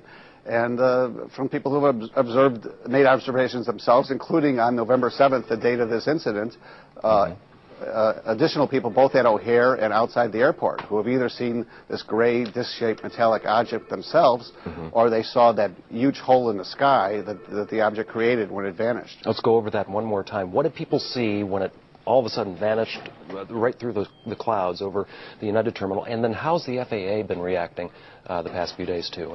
Any new ground on that? Okay. Well, the object was hovering in a stationary position about 1,500 feet above the United Terminal for some minutes. And then when it left, it just burst through this thick cloud layer, creating a large open space of blue sky on an otherwise overcast day. It took some minutes for that opening to close up when the clouds drifted back together. And it's just extremely unusual, according to the witnesses. I mean, airplanes just don't react like this. They slice through clouds, and they really don't disturb the atmosphere that much, except for the wingtips and such. The FAA is still, pinning this to some kind of weather phenomenon, that some lights from the airport and the overcast skies somehow got together and created this image. But weather experts, astronomy experts, others that I've talked to said that that's bunk. That explanation just doesn't wash. United, on the other hand, after first denying that they got any reports from employees about this sighting, is now saying, yes, indeed, their employees did approach them immediately because of concerns about safety. And to reiterate, John, the witnesses who originally came to you are all seasoned, professional, credible professionals like pilots who saw this. They're pilots, they're senior managers, they're mechanics, and others. So, they are very truthful about what they're saying, and we're trying to locate photographs, if they do exist, of this incident. Well, John, we know you have plenty of other interviews to do today with other countries, so we'll let you go and we'll keep our eyes to the sky. Thanks. Thank you, Jim. So there we are. Very interesting stuff from Chicago. Now, that was a little while back. That's not an exactly new story, but I think that was from, when was it? November the 7th, 2006, that was from. But there have been more recent, I believe. There have been other incidents. And, here, look, on the page. Let's go back to the page. Hang on. Here we go. I'm actually going to come to this in a minute. It says, UFO sighting reported prior to crop circle formation in Krasnodar, South Russia. You see in the left, top left, and they're going. You can see people like pulled over from the road and standing on the edge barrier, looking into a field. I'm going to come to this in a bit because what a load of bollocks. You shall see. I shall show you this amazing crop circle from Russia in a little bit. And you will be absolutely stunned. You'll be stunned at this UFO crop circle from Russia, but we'll come to that in a minute. Right, Steve. You've got your report now. What can you tell us about the schools and drills they were doing for UFOs? This sounds bloody crazy. Come on. Well, I picked this up from a website called Dateline Zero. Right. And I did check out the links to the local newspapers. Right. And they all check out. So they've got it on their websites and things, have they? Or well, this report on a website references various news stories in local papers. Yes. So we'll go for it. And they do exist. You have checked these local newspapers out. I have checked the links, and the links go to local newspaper sites. Did they go to the story on the local newspaper site? They went to the story on the local newspaper site. That's what I wanted. That's fine. I just wanted to make sure they weren't going, yeah. Lancashire Evening Echo says that God has returned and he now lives in this house, and then you go on the website and they don't seem to know what they're talking about. No, it's on the site. Good. It says here, there seems to be a growing trend among schools to stage a UFO crash and then teach students how to react, as well as to properly investigate and report on the incident. What? Yep. Sounds like a lot of fun. Are they expecting something? That's what. Yeah, well, it's only 3 schools, but it's just bizarre. It sounds like a lot of fun and a great way to fire up a student's imagination, as well as writing skills. Hell, I wish I could have done a staged UFO crash at my school. The latest UFO drill... Is it just a joke, though? Sorry, carry on. The latest UFO drill took place Wednesday the 29th at Sandford Primary School in the UK. The kids were treated to a full UFO crash scenario that included wreckage, police tape and real police officers. But were they taking it seriously? Was this just like a school project type thing? I mean, you say multiple schools involved. Is this like an official type event? Because I'm just thinking to myself, surely this is just somebody's idea of a great way to get the kids interested. Like a Doctor Who type scenario. Like let's get the kids excited. We'll tell them, look, pretend it's a UFO, and sort of see how they react, and then they can write it up. And because if we say to them, oh look, it's, I don't know, let's go and have a look at how slugs reproduce. They're going to go, fuck that, that's boring. But if you say Doctor Who is coming and the Daleks, let's pretend, then everyone's going to get really interested, perhaps. I don't know, or aliens. I'm kind of wondering what their motivation was. Has anybody asked them why they wanted to do that, or is it just they're just reporting it sensationally again? Like, look what they've done in a school. Aliens are coming. It's not sensationally. It's not reported as aliens are coming. It's reported in a rather bewildered tone. Why are they doing this? Are they? Yeah, it's. Do you want to have? Shall I hand you the paper? Yes. Yeah. Okay. It could be just a great creative lesson for the kids, I suppose. But it seems to be a unusual choice of scenario to drag the police in. I don't know. You can't make a case for it being this huge population control thing because it's only 3 schools.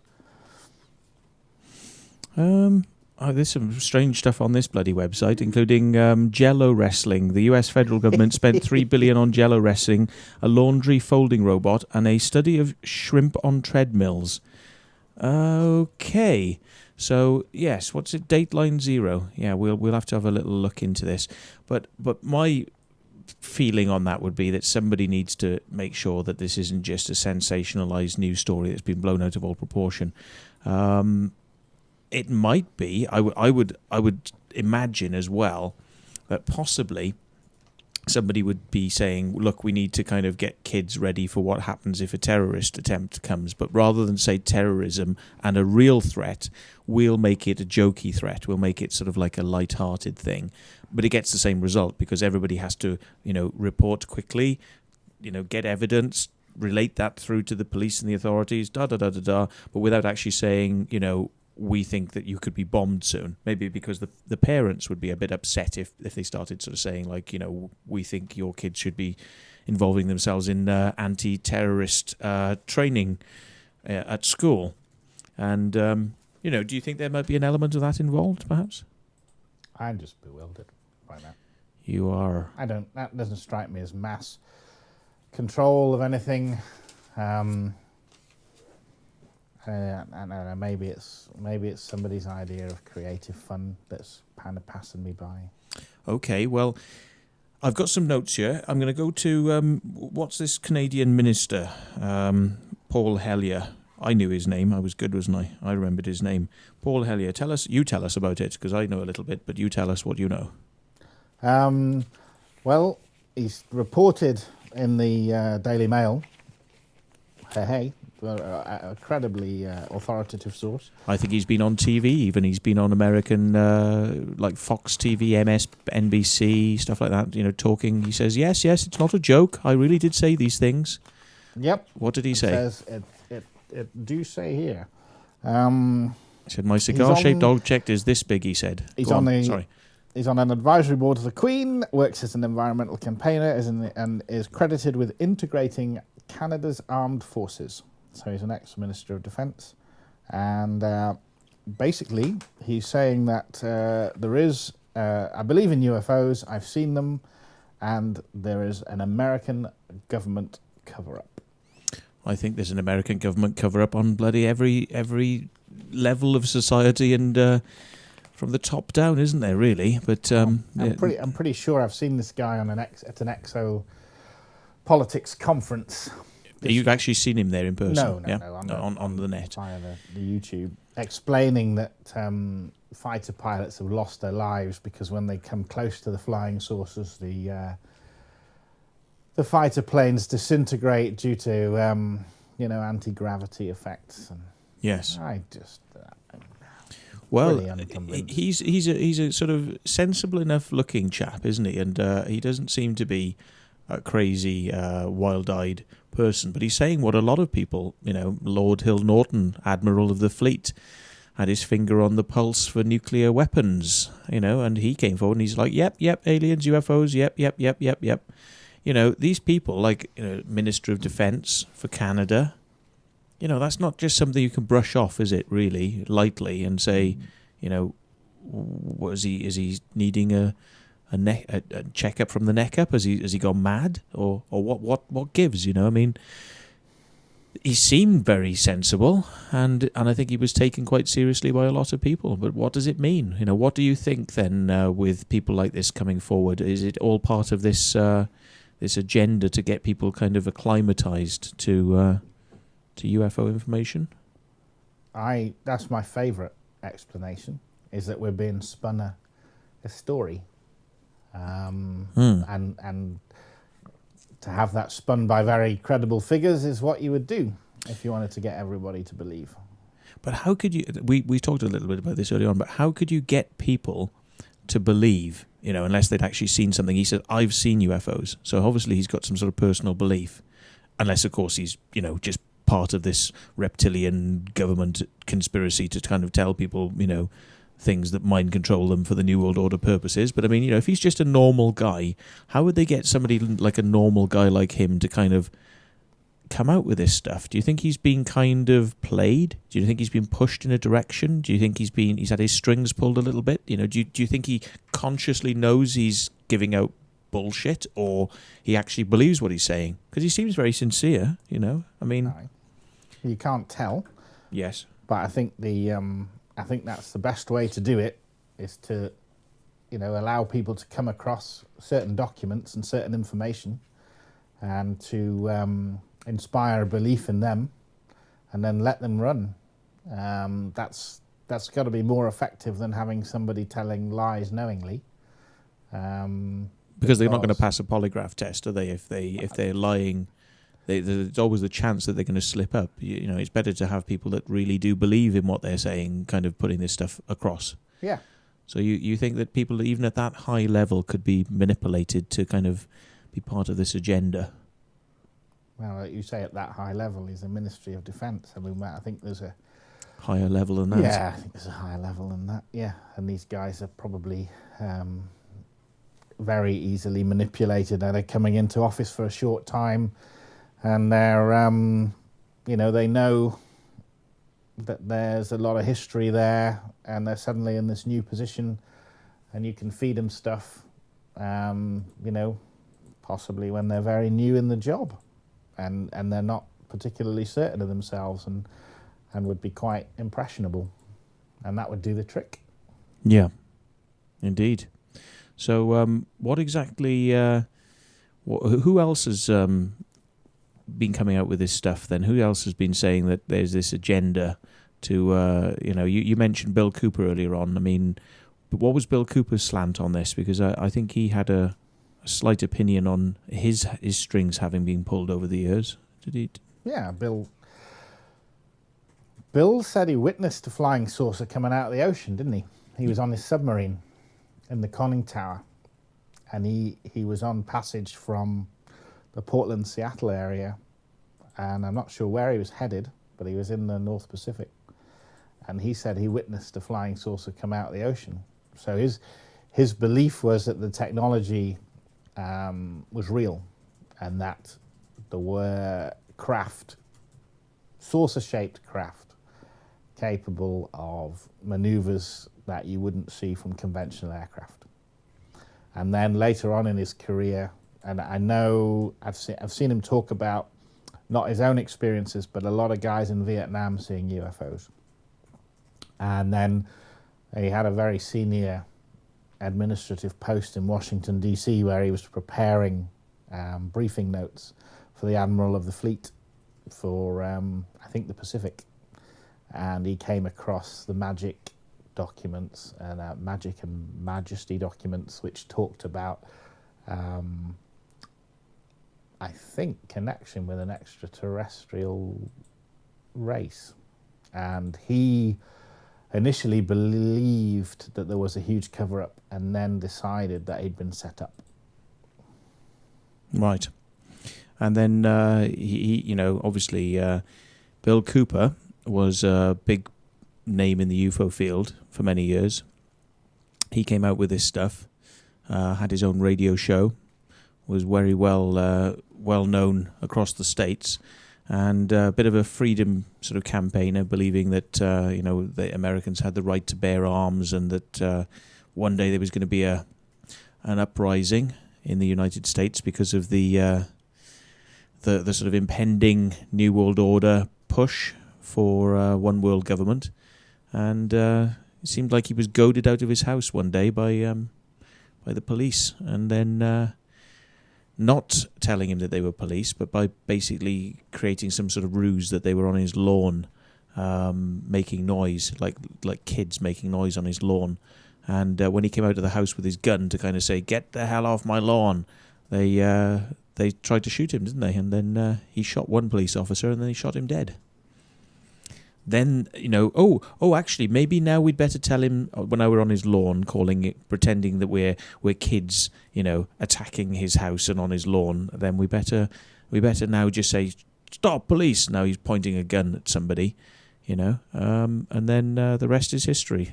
Goodbye, Mr. Cooper. So very sad story that he got taken out of the truth movement in that way. Yep, very much so. And his, I think, was the best research. He went to, he experienced firsthand, I think, being set up. Yes. Very sad story indeed, that one. But, right, well, we've got... what do you think about people like Mr. Nick Pope, then? Because he's been on the show. We've actually had him on talking about UFOs and his experiences, and... you know, he seems very sincere in what he's doing. Do you think he's kind of being set up a little bit? Do you think that anybody... I mean, I'm not stating that he is, but do you think that there's some sort of, you know, the Ministry of Defence are liking to push this idea through somebody like Mr. Pope? You know, what are your feelings on that? I think one of the most interesting things about Nick is that he supports the official version of 9/11. I've been on his website. And he has footage of himself in a debate holding up the 9/11 Commission report and saying, "Look, there's no need to go any further than this." Now, I haven't read the 9/11 Commission report, but from the information I do have, that's not an intelligent position, frankly. Mm. So his credibility dies a bit there, and it's not possible to say whether, you know, Nick is behaving deceptively or whether Nick is just telling people exactly what he believes to be true. But he loses a lot of credibility when he comes up and when he'll defend the official 9/11 story. Well, you've got to say, you know, with some of these people with the 911 stuff, it almost comes down to like fundamentalism, doesn't it? It's like, what do you believe? Do you believe in Jesus, or are you going to hell? You know, what's it going to be? And it's like, I suppose Nick being so many years in the Ministry of Defence, like defending official lines and going with their kind of version of things. Do you think he's it's kind of rubbed off a little bit too much, perhaps? Because I find it a bit hard to believe the 911 stuff when you know that Dick Cheney. Was it Dick Cheney? I think it was Dick Cheney, wasn't it? It was in the NORAD command centre and told everybody to stand down because they were doing a practice run of what it would be like to fly planes into buildings like the World Trade Center. They were doing a mock run of what it would be like if we actually did take over planes and use them as weapons to destroy targets. And Dick Cheney said, it's just a practice. Don't scramble any aircraft. I mean, Dick Cheney didn't have anything to gain, did he? Surely from the Iraq War and the War on Terror. Dick Cheney didn't make lots of money out of all of that, did he? Surely. Wow. I think am I being sarcastic here? Sorry. No, sarcasm. I think the evidence is that there was a young guy came in on more than one occasion and asked Cheney if the orders still stand. Mm. And that testimony is on video, but never made it to the commission report. Yeah. So he didn't. I don't think the words "stand down" were used, but it's pretty effing suspicious. I mean, it's fair to say. I mean, Bush is a fucking out of the pit retard, isn't he? Really? I mean, like Cro-Magnon man had a lot on fucking George Bush, I think, for maybe sure. Room temperature IQ would be a good description. Yeah, and I mean, George Bush was told that there was an attack taking place on the United States, that buildings had been hit by planes, and he decides to sit in a room with a load of children, just like whilst they read out their stories. It's like, no, can't interfere with the children's stories. The country's under attack, sir. The country's under attack. Oh no, I got to hear the story about the goat. The goat is the nice story. I want to hear the goat story. I'll be out in a minute. Wait for me to, the Pentagon and the buildings can wait. Yeah. No, maybe I think he was waiting for things to just like unfold a little bit. That seems a bit more reasonable, because I tell you what, I don't think anybody who was a president or a prime minister of a country would give a flying fuck about a goat story in a book. Maybe he likes the goat stories because, he's fucking goat boy, perhaps. But, yeah, it seemed a bit weird to me how he just sort of like looking. That reaction on his face is just like, yeah. Well, carry on with the goat story. Here's one for you. If you're a government, yeah, and you've got evidence of unidentified craft on radar moving at extreme speed and pulling extreme maneuvers, are you really happy allowing the likes of Nick Pope free rein to go and say whatever he would like and write whatever he would like without taking any action? It seems to me that you either keep that stuff bottled up or you go public with it. And it seems to me that they're messing with us. They're creating a mysterious scenario, and we're subject to psychological warfare. Are we missing the aspect of business? Oh, sorry, say again. If I was a government, I would let Nick Pope print what he wanted, because at the end of the day, newspapers sell. Yeah, but the government, are you trying to make money from newspapers if you're the government? Well, it's business. It's going to be way more technical than that, isn't it? Go on. What do you mean? Sorry. Well, I'm saying that you're just discounting the fact that business exists, that the world revolves around business and money at the end of the day.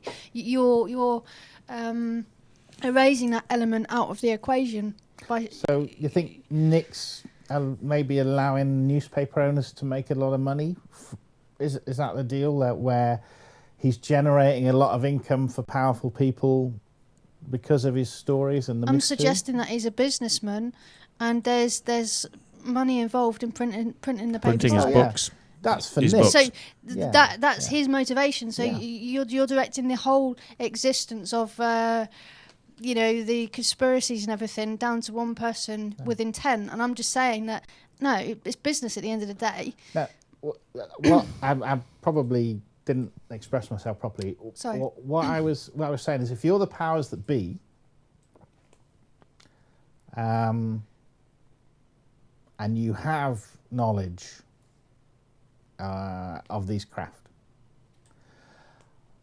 are you gonna let the likes of Nick have a free rein to start talking about this knowledge, or are you going to want to control it to a greater degree?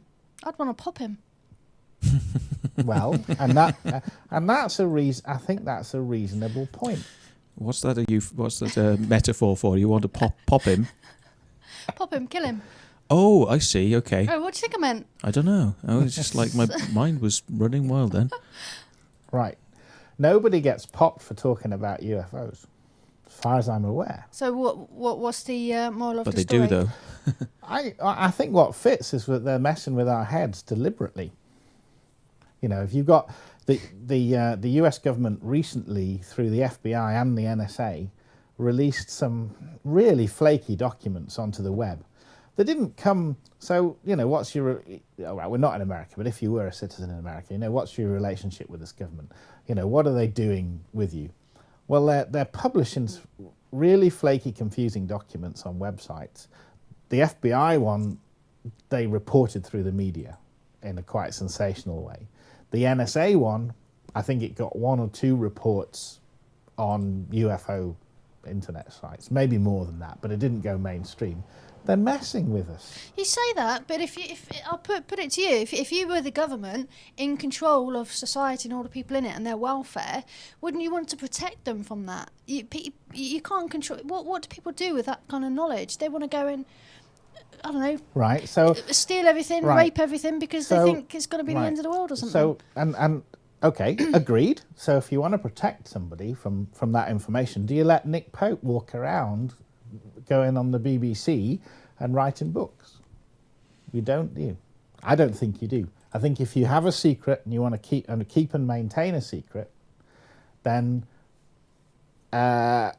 you would pop Nick Pope. No, I disagree. I think there's people far more intelligent in the world than that. I think. Well, I think Nick's. Oh, sorry. No, I was just going to say that if I'm sure Hitler used to operate like this. You know, if you want something kept secret, it's reverse psychology. You throw it back. Mm. You know, you allow Nick Pope to operate, and then you find somebody else to make up some evidence to discount, and then you find somebody else again to prove it. So you're confused. So you're just basically confusing the population. Yeah, and making the truth. Yeah, right. And I think that's what's happening to us. And I don't think I suspect the truth is that there is no alien visitors right now. All I'm saying is there's 2 points. One, there's a protection for the mental health of the people, because otherwise you're just going to get what do you call it when people go and police themselves and go and vigilantes. You know, you just can't trust Mr. Joe Public with, you know, without some kind of control. People need control. Secondly, it's the element of business. At the end of the day, they can make money out of controlling people. Right. Newspapers, you know. Right. Let's everybody have an ID card at 150 quid a pop. You know, it's great for the economy. So what do you see? What I'm saying is, I think there's the deliberate confusion being introduced on this whole subject by the powers that be. Yeah. Right. And it's up to you, as Mr. Joe Public, to decipher that in your own way. Right. Knowing how it is, how is that going to affect you in life? You know, let's say that that there are UFOs, there are aliens, and there's some great big plan to kill us all or something. How does that serve you as a person? If you knew that, like, it's great having something to think about, something to follow in your life, etc. But how does that serve you? How can you prepare for the things that these conspiracies are about? So, but there would be an underlying assumption there that the powers that be care for our welfare. No, of course they don't. I'm saying it's up to the individual to cushion themselves for, you know, you might think by trying to prove that the government are conspiring something against us or whatever you're saying, I'm saying that you might be able to prove that in your own mind, but you're never going to be able to convince anybody else of your findings. No. And you're never going to be able to save yourself from the dangers that exist by you not knowing about it. Do you understand? I do. So, yeah, because there is the likes of Bill Cooper believed that if he could wake people up in sufficient numbers, we could turn the whole situation around. And in sufficient numbers, I mean, that's a Right. different Have to argument, isn't dismantle it? government.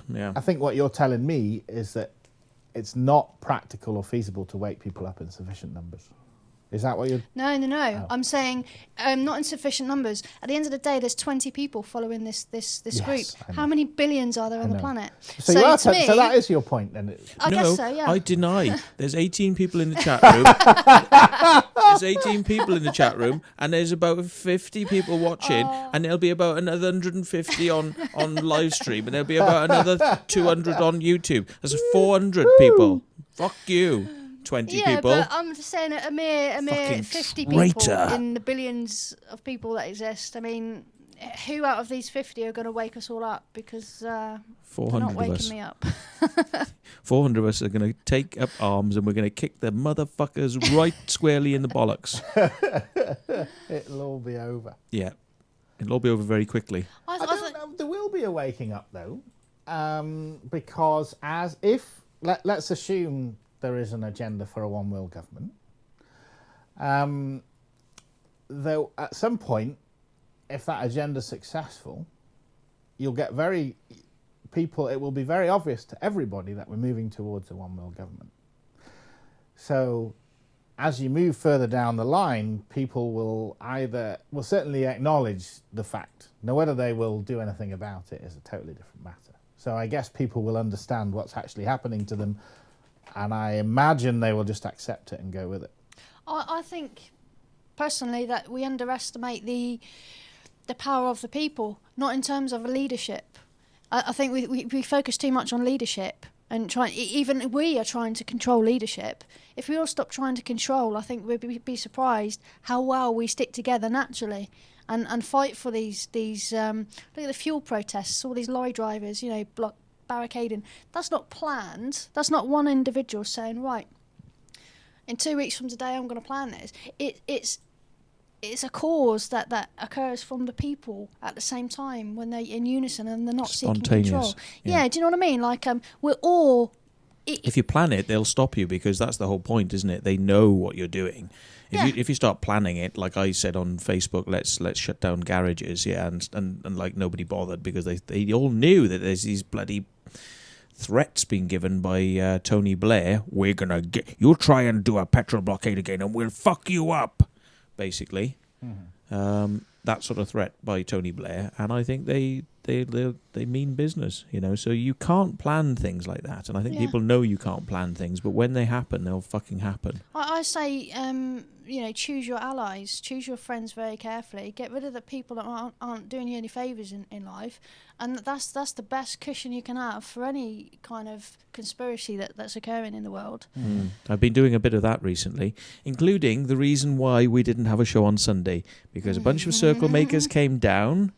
I'm not even going to say where they came from, but wanted to come on the show, so I advertised a show especially for them to come on. And then they got drunk on the Saturday, which meant that during Sunday they weren't really ready to come on the show, and they were like, no, we can't be bothered now. So they can fuck off, because they're not coming on the show now. I'm not letting them on. So if you watch this, tough fucking luck, because I don't like being fucked around. So anyway, moving on. Or was it press on, like a tampon advert? Press on. Sorry. Right. Okay. We've got what? No, I've got it. No, I've got to take it slightly sideways here. Come on, allow me this. Oh, no. You know what I'm going to say. You know what I'm going to say. You know what's coming. Jeez. Come on then. Well, how do I do this with the camera? I got to go like that. He over there has been, but he's actually in that direction in reality. But in camera terms, I have to go like this. You see, I have to go. This guy over here, but in actual fact, he's over there. Has been having a drink, so he's well prepared now and lubricated. He's got his towel. And for interstellar, transport, Hitchhiker's Guide to the Galaxy style. So okay, you've got your beer, you've got your towel. Tell us about Mr. Paul McCartney and why he could be a clone. He's not a clone. Come on, you said you've seen information. Okay. You've seen specialist information that says that he's a come on. Okay. Paul McCartney is a clone. I've looked at the conspiracy. Right. Which is now this was fun because this was the only conspiracy that my dad was aware of all the ones that I spoke to him about. Well, obviously these conspiracies are designed on different levels to appeal to different people, and for us it's UFOs, for your dad it's Paul McCartney. So obviously he has to be a conspiracy for Paul McCartney too. Okay, the conspiracy is that Paul McCartney actually died in a car crash in, I think, 1966. With Princess Diana? No, sorry. No. And was replaced by a lookalike. And there are a number of album covers which highlight Paul as the odd man out. And also, I think if you play some of the Beatles tracks backwards at the end, there are apparently some hints to Paul's demise. But I'm not going to sit here and say that that's absolutely the truth. I like these words, allegedly, apparently. Because I'm not going to sit here told and me be set up by Matt Williams. Well, no. I would never have known anything about this had you not said. But go and have a look. It's fun to look at these things. Oh, and I thought you were going to get so close to all this PGLF stuff, of like programmable life forms, and you were going to say, yeah, they're just cloning them. You see, they're cloning these replication, replicant type, beings that are going to replace people. But he luckily, he doesn't quite. He's not totally into it. It's just a story he heard on the internet. Yes. Okay. Right.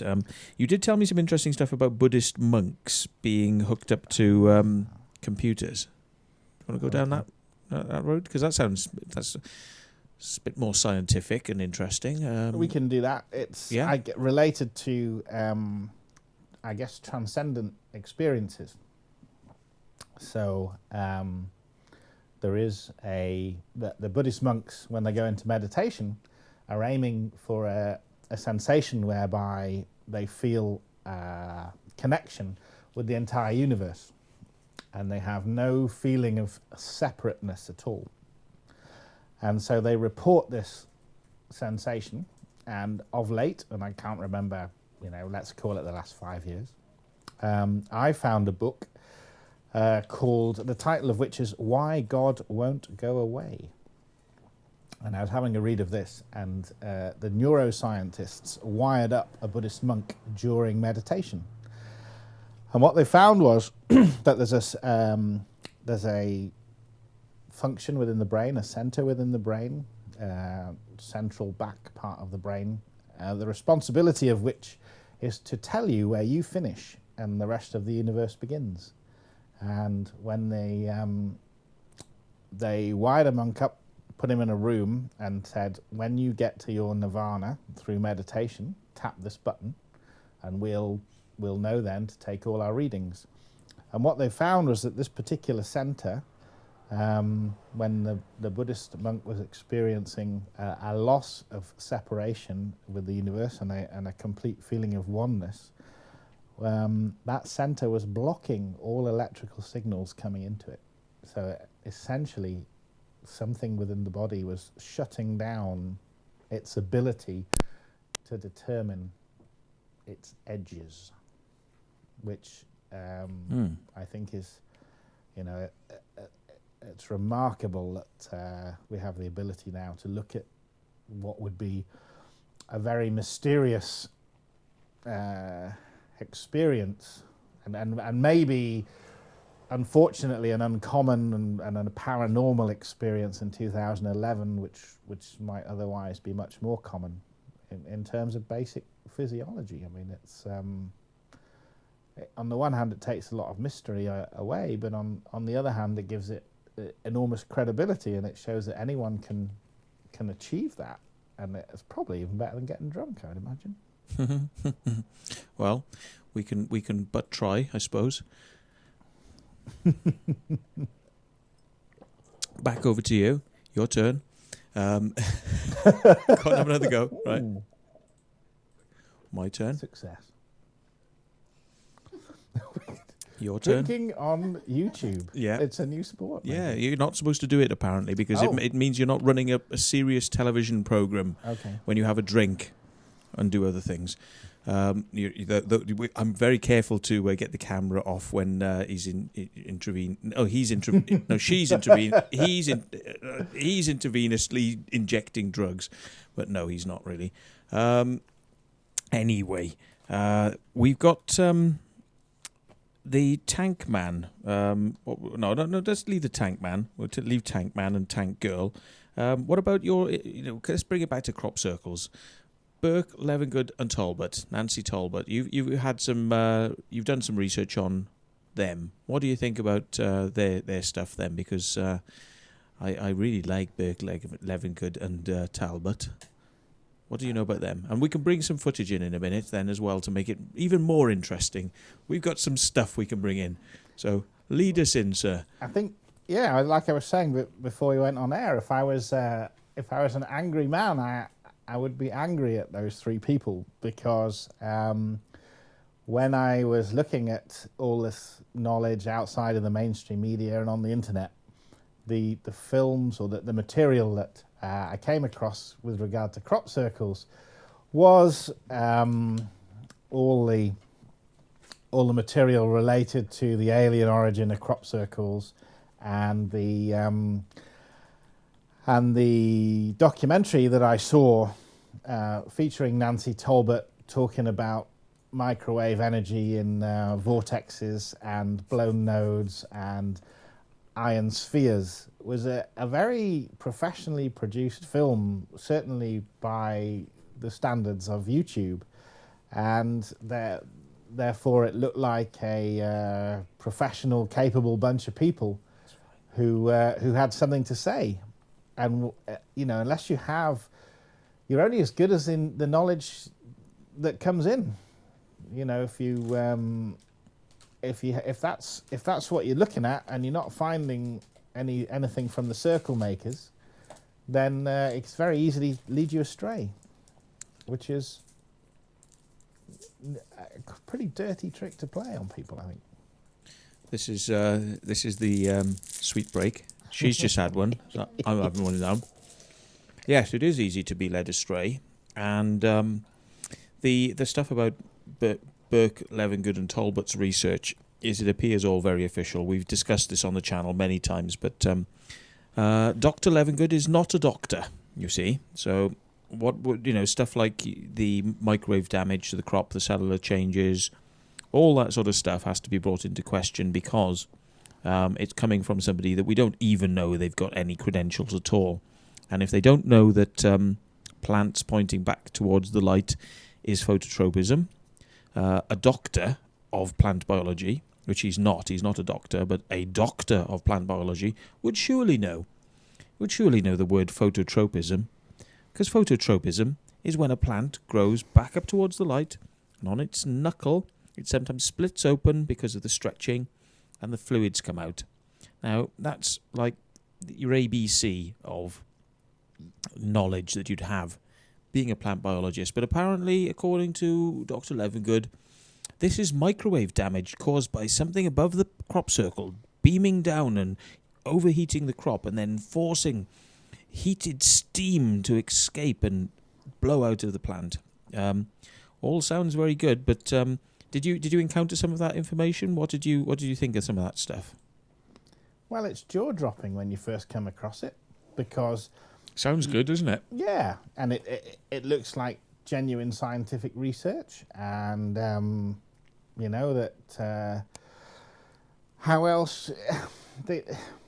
A lot of people, I think, I assumed that crop circles were guys, a couple of guys on the way home from the pub, deciding on a whim to go make a circle, and therefore the complicated designs that were spinning around last year on the internet, which was the first time I'd really paid any attention to them, they weren't feasible on that model.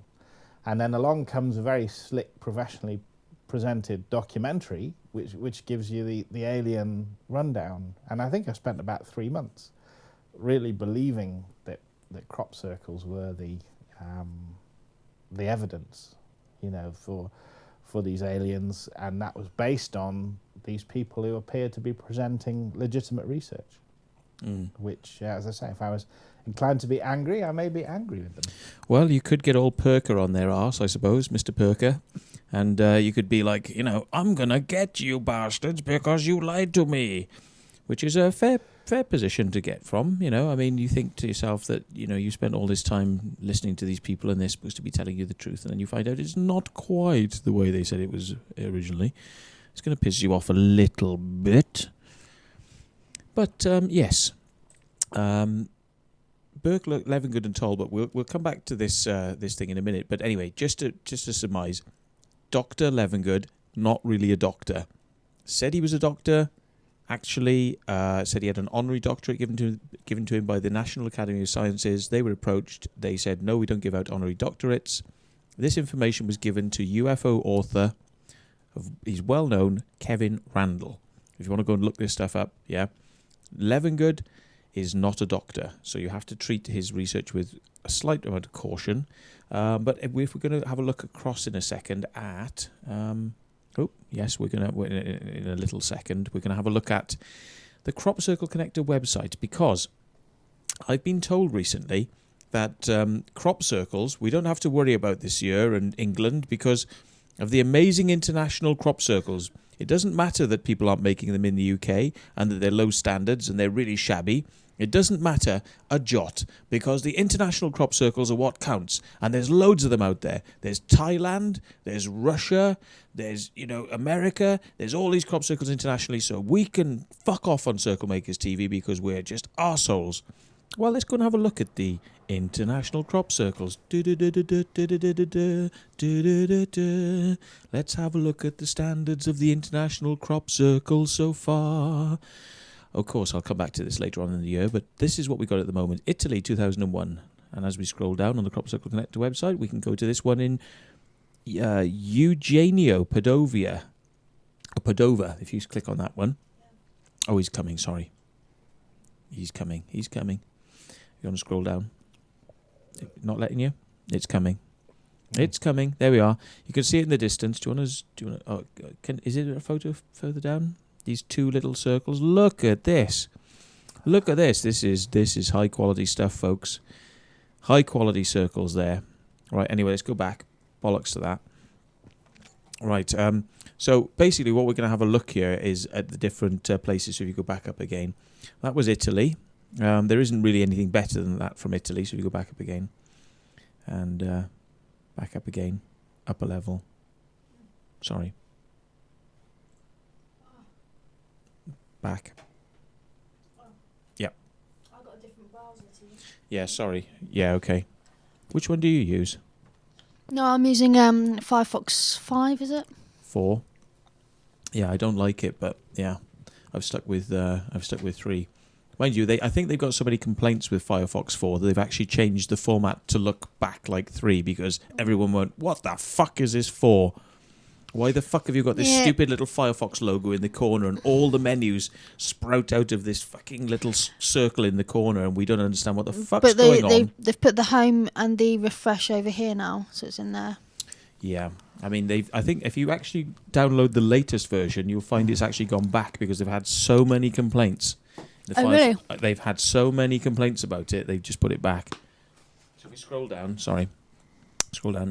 Let's have a look. Don't do the Netherlands, right? Because we're going to save the best to last. Honestly, the Netherlands, we're going to save the best to last. Let's have a little look at Java. I think there's one is further down. A place called Java. Yeah, keep going. Java. Yeah. So we'll have a little look at Java. These are not bad actually. In Indonesia, these are pretty good. There we are. There's one there. Just scroll down a bit more, is there anything? No. Yeah, if you go to the other ones, there's the 4 links there. If we go to the second link, and we'll have a little look. Not bad, not bad. A little bit hard to see, but you can have a look on the Crop Circle Connect yourself, but not too bad if you go back up then and go to the third one. So we're not focusing on these very long because I don't want to sort of drag this out too much. But the Indonesian circles, not too bad. Well, hey, boy racers in devices. You know it's the truth. Okay, there we go. Right, do you want if you do view image on that one, perhaps we can have a little look. Because that's... oh, shit. Look at that. It's bloody... Here we go. Look at this. Wicked. Wicked. Okay, let's go back and... we'll have a look at... next country. Should we go back up 2 levels? So that's all of Java. Okay, what else we got? Any further down? No, there's none in any of those countries. No, right back up. Okay, let's go and have a look at USA, which is quite near the top. Mexico. Mexico's crap. You can have it. There's one in. Oh well, there's 1 or 2 in Mexico, but USA. This is well worth a look for a laugh. Have a look at the one on the left first. Let's go for the crap first. Okay, here we go. That's it, folks. Da, da, da, da, da, da, da. That's a crop circle. That's a crop circle in America. Great. Okay, just scroll down just in case. There we go. No, it doesn't get any better than that, unfortunately. That's Californians' levels of crop circles. It's just something at the edge of a field. We get near the fence. It's a flattened area that doesn't actually have any pattern really to speak of, but apparently this is worth going to report on if you're an American crop circle researcher. Really worth getting out of bed in the morning for that one. If we go back up, then we'll have a look at... No, there is another one. No, so so we're not being totally cynical, but the one on the right, little bit better. Little bit better. Yes, there's definitely something going on there. So okay, America, yep. Italy, no. Mexico, no. But as I said, we'll save the best to last. Let's go and have a look at the Netherlands. Netherlands is the real daddy.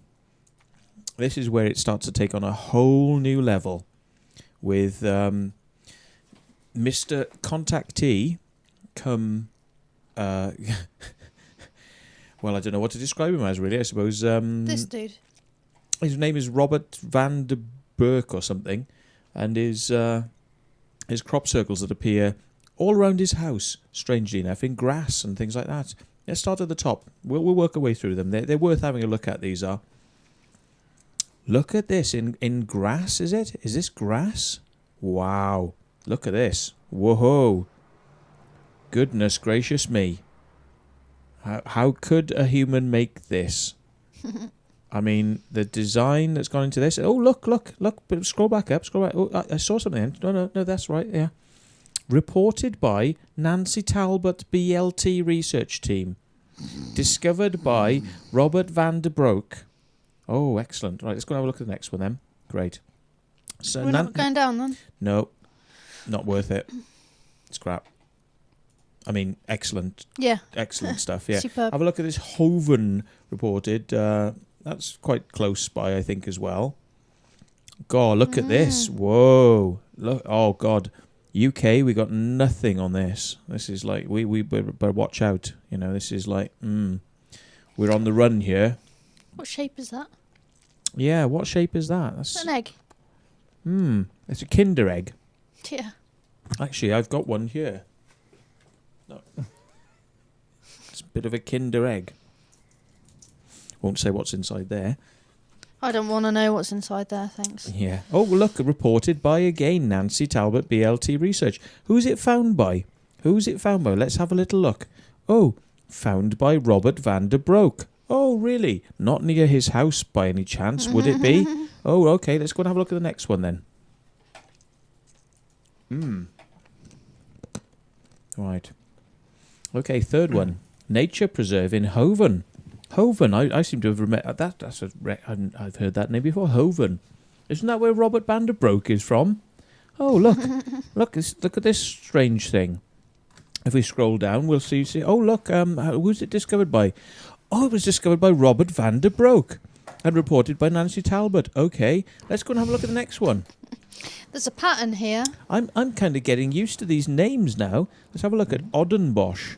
Oddenbosch. Oh, look, just one little circle.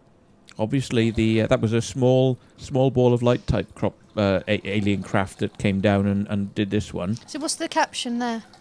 My first circle. I think she's taking a piss, isn't she? One of those like female Oops, a daisy. I think somebody... that is just poetic, isn't it? As I said, scroll back up. As I said, I think she's taking a piss there. Our guest. And our guest was in the toilet and I left his radio mic on. So he doesn't even know yet. Don't everybody anybody tell him. Piss. Yes. Don't tell him. Okay, well anyway, there we are. She looks like she's using one of those female bits of cardboard that you can like hold between your legs and then you can pee forward. She's trying to hide her plank of wood behind her side there. Look. You reckon she's got the plank of wood there? And that's the rope hanging over the edge. I reckon she's got the rope in her right hand. Yeah, it could be. So she's trying to stuff up her jumper. Look. But we can't be so cynical. Who actually reported this crop circle there? Oh, who actually reported? Have a look. Oh, it's found by Robert V. de Broek. And it was reported by Nancy Talbot. Oh, my God. Let's have a look at what there's 2 more left. There's 2 more. It's Amazing just coincidence, circles. Matt. You don't know what you're talking about. It's just nothing but coincidence. Hoven, reported 20th of May. Let's have a little look. Here they come. Wow. Oh, Christ.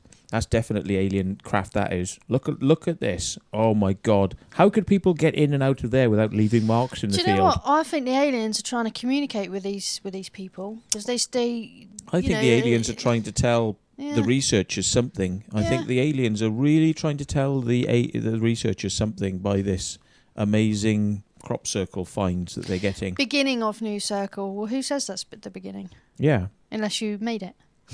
Yeah. Oh, well, the earlier circle, it must have been 28th of May, was a couple of little circles. And then on the 20th of May... Oh, I see. Oh, 20th of May, yeah. And then April. And then the 20th of May, there's more circles have been added, probably. Oh, who's it? Who? Go on, Agent S. Who was it found by? No. It's bloody Robert Vanderbroek and Ellen Gomez. Goodness, they're finding all these circles. They're just blessed. They're blessed, definitely. Yeah. Honestly, I think the aliens are using these people to communicate. I think these are contactees and alien abductees, and I think they should get lots of money for being on television. I think they should write a book, and I definitely think they should do conferences that we should all pay £200 a pop to go to. I would pay a lot of money to go and see this guy because he's obviously on the fucking money here.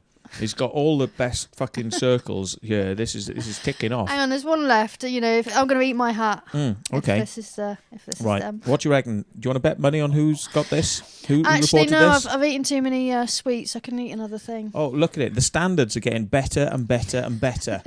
I mean, as you go forward through the season, they're getting better and better and better. Yeah, I was just strolling through the field to see that one. Yeah, I mean, he must have been driving past in his car and he was like, fucking saw the UFO and then, look, oh my God, look. I want to see the aerial shot. Yeah, I mean, it looks so much better from the air, that will. It will just knock your fucking socks off from the air. Anyway, who was that reported by then? Who was that? Any authors of this? Let's have a look. Oh, we've got more ovals, are they? More eggs. Oh, yeah, okay. Oh, it's a bit more complicated than it looks at first. Do you remember what Poppy Palin said when she did her first one? She said she was so embarrassed about the result of it. She was almost too embarrassed to say that she did it. Why was it so embarrassed? Why are you so embarrassed? Because it looked like an egg. It's the first time CircleMaker. Oh, look, eggs. Who was it reported by? Oh, Robert Vanderbroek. And then reported through Nancy Talbot. Oh my God! Well, I think I'm going to sell up and go to live in the Netherlands because that's where it's all happening, folks. We should put a statue there, like or make a church or something. Yeah, I think I should just take all the money out of my bank account and go and live in the Netherlands and give it to Robert Vanderbroek because he's obviously he's got the answers. This guy. He's really close to the truth. I think, he's destined for very big things, this chap. Did I ever tell you I was psychic, Matt? No.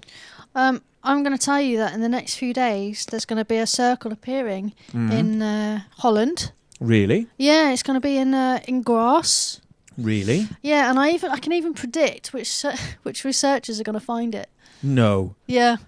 Well, I tell you what, if you're right, you're right, you can have some more sweets. Really? Yeah. Can I do my own show and charge people? You can. In fact, I tell you what, if you want to do a show, right? I will step back and you can do a show. because you might have a different slant on it than me. No. I'm so sure that this is going to happen. Right. That another circle's going to be found. Right. In Holland, in grass, and it's going to be found by Robert van der Broek and Nancy Talbot. I'm so sure that that's going to happen. I think I must be clairvoyant. Great. I don't know where it's coming from. I think it's being channeled to me somehow. It's coming to you. Yeah. You're coming. It's coming. It's coming. No, it's arrived. I have the information. It's already there. Yeah. I've climaxed. You feel the ecstasy of the spirit entering you. Yeah. Yes. Okay. Great. Yeah. Anyway, so that's my prediction. Yeah. What do you reckon? Yeah, I just can't. I'm just amazed at the levels that these extraterrestrials go to sort of go to the Netherlands to work all the way around this guy's house and close to him. Yeah, but aliens must have different classes of intelligence because like we humans, you get your really dim people, don't you? You get your really clever people. Yeah. So you got the aliens that can come in. Known as Talbotism. Sorry. What? Yeah. Yeah. Okay. You get the aliens that can come into England and do the or the hummingbird, and then you get the aliens that go to Holland and do that in the grass. Yeah, I mean, they do. It's like I said before. You see, I've said this on the show, and I was deadly serious. The more complicated the pattern, the more you know it's done by people. Okay. So the less complicated the pattern, the more you know it's made by aliens. And there you have it, folks. There you have it, right? I told you it with my hand on my heart. The more complicated these things get, the more likely they are to be done by people. The less complicated they are, definitely aliens. And you've seen it here tonight. Mr. Robert van der Broek is a contactee, and they're making the circles outside his house, and they're making them less complicated because that is the way to prove it's alien. So that's where your next conference should be. Your £1,500 trip should be in Holland with these guys, because they are the key. I would pay. I'm going to sell up all my shit now. Yeah, I'm going over there. Yeah. Okay, so right. I hope our guest enjoyed his excursion. I think you took people on your excursion with you because I didn't realise that you'd actually... No, I'm not fucking joking.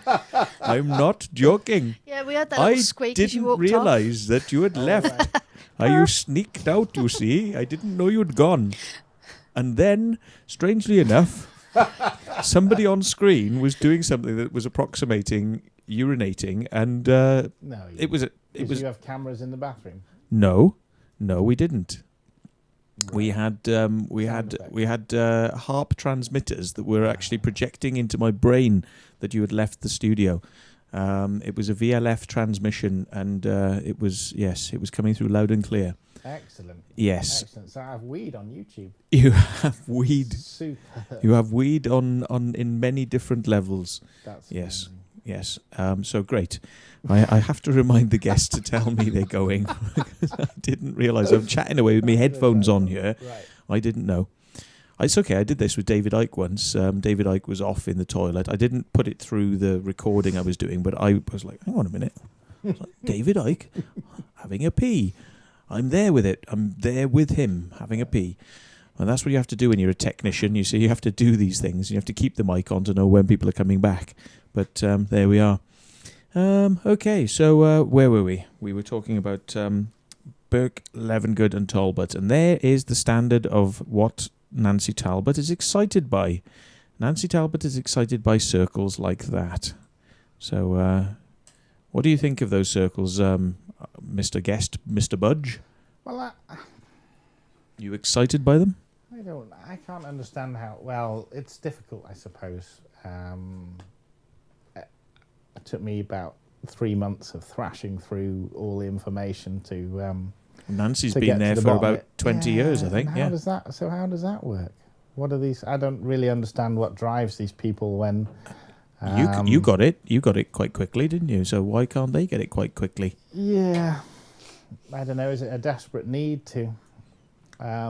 Keeping face? Believe in something, or don't want to admit they were wrong? Keeping face, yeah. Yeah? What do you think of the circles, though? Do you think they're definitely alien because they're less complicated? I don't know. I was wondering if there's different types of aliens. You know, when the Brits go to Spain and they like everything to be like it is in Britain. Yes. Well, you know, maybe these guys come from a planet that's a lot like Holland, and that's why They just want it to be like home. Or maybe it's just a guy They come flattening from grass in Holland. Flat planet where there's no mountains or hills of any type. That's right. They get scared by Wales and Norway. That's embarrassing, though, isn't it? That they come from a flat planet. Yeah. Well, we've got something else as well. I suppose I could show this very quickly. Very quickly. It's the Russian stuff. Because my good friend Miles told me that I was being very naughty by saying that the crop circles are made by people and I'm just a bastard and all this sort of stuff, and as Miles does. And he said, yes. You see, all these international crop circles are just so great, at the moment. It doesn't matter. International crop circles are so great. And he said, here, have this. Russia crop circle, have it. And he sent me a link. I've been and a look at the link. It's up here, I think, on YouTube. The disclosure, is it that one? No, not that one. Where's it gone? Oh, sorry. It's in my program. It's not. You haven't got it. It's here. I've got it. So this is the Russian crop circle that he was enthusing about so much. Feast your eyes at this. Yeah. So people stopped on the edge of the road and they walked in to see the mysterious wind damage. Wind damage. Wind damage. Wind damage. Wind damage. Sorry, my record is wind damage. My record is wind damage. My record is wind damage. Hello, I am the person that found it. Look, it is a UFO. I know it is because it is wind damage. Wind damage. Wind damage. Wind damage. Wind damage. Wind damage. Wind damage. Stop the cars on the motorway. Crash the motorway. Crash the lorries. Wind damage. Look, stop. Crash. Wind damage. Wind damage. Wind damage. It was probably wind damage. Wind damage. Do you reckon it's wind damage? That made Doug and Dave make a formation in the first place. You reckon it's wind damage? Look, it's actually jammed now. It's wind damage. Damage. So, what do you reckon? Reckon. It's wind damage. Yeah. Fucking wind damage. Yeah, but that's what I was told. I should shut my mouth because, look, fucking Russian crop circles. Shut your mouth, Matt. Fucking shut your mouth. Russian crop circles. That is known, technically, as tilling. Tilling. Tilling. Okay? Anyone that makes crop circles, anyone that's a plant biologist, anyone who's a fucking farmer even, knows what happens to the plants when they get wet and get blown over by rain. Yes? Happens all the time in the UK. They had a lot of it last year and the year before because the plants weren't strong enough, because they'd been late in the season. The plants weren't strong enough to stand up to the wind conditions and the rain. And basically, when a little tornado or a little bit of wind goes through a field, it just pushes the plants over. Very neatly, as you've seen there. Now, that is probably more towards your real crop, I wouldn't say crop circle, but crop wind formation damage phenomena. That's probably more towards the natural end of it that you'll ever get. I can't see how they've gone on television going, crop circle. It's not crop circle, it's frigging wind damage. Might have caused a lot of people to stop on the motorway, but it's nothing to be writing home about, folks. As you saw earlier on that HAARP site, where they were talking about the HAARP stuff, yeah. And then they said, crop circle, Steve Alexander's book. And then up in the corner, I said, look, there's the Russian UFO-related crop circle, yeah? So a UFO has come down and created wind damage that's naturally found in a field. Tilling. Anyway, I rest my case. Sorry. Let's get back over to the guest. Sorry to bore you with that shit. That's just absolutely unreal. I can't believe anybody be taking that seriously. If that appears on the Crop Circle connector, I am going to explode. I'm going to go absolutely frigging mental, because that is not a crop circle. Not even close. How the hell can people call that a crop circle? Anyway, right.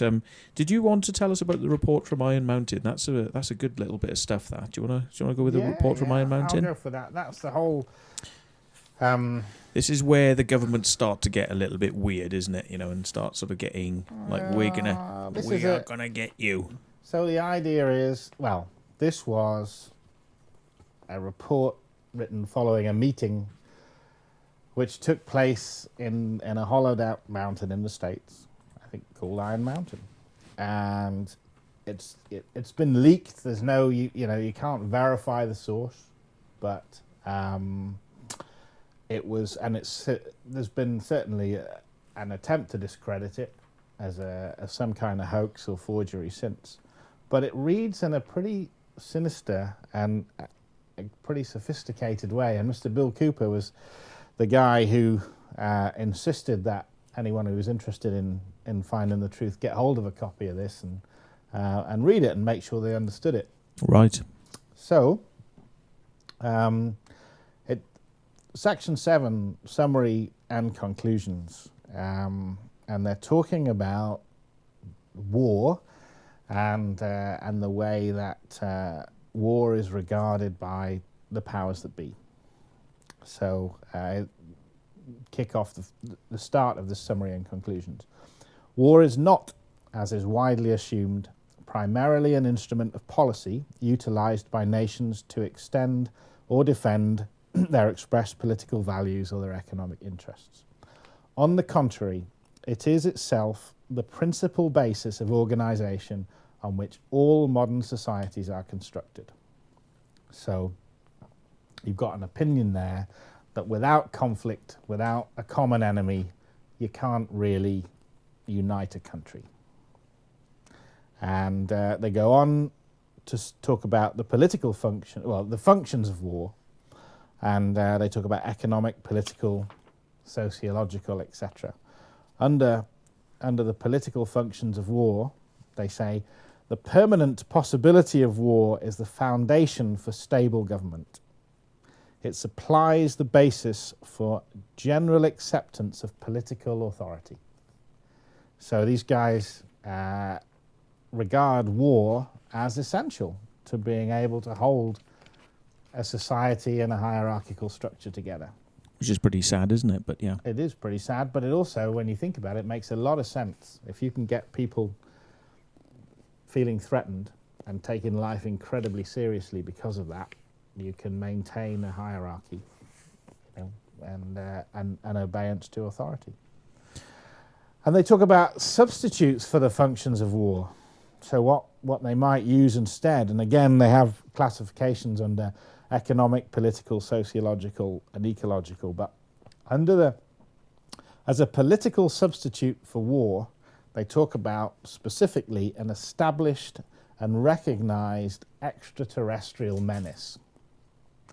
So if the guys that wrote this document are to be taken seriously, then the powers that be regard an established and recognized extraterrestrial menace as a very important tool in governing generally. And it doesn't take too much imagination to look at an extraterrestrial menace as an incredible aid to governing the whole planet, because of course you've got an enemy against which you can unite the whole world. So it gets a bit, that's not a fun topic, not a fun way to consider this UFO stuff, but I think it's the responsible way to consider the UFO stuff, and I think we're being fucked around with, and the more people that get that, the better.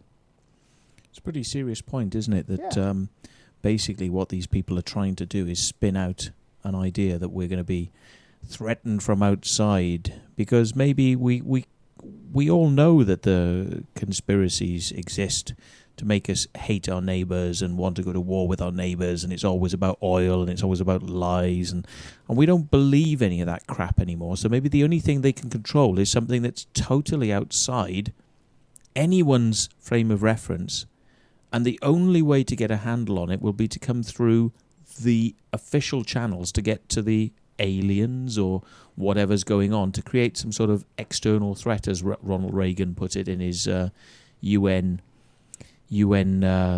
sort of statements, where he stood up and said, maybe the only way that the world will come together under one sort of unified sort of force is if there is an a threat from outside this world. I think he said, an extraterrestrial threat.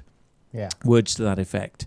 And I kind of know what you're saying with this this business about the power of frightening people. It's a very powerful way to get people to give up their sort of will, basically.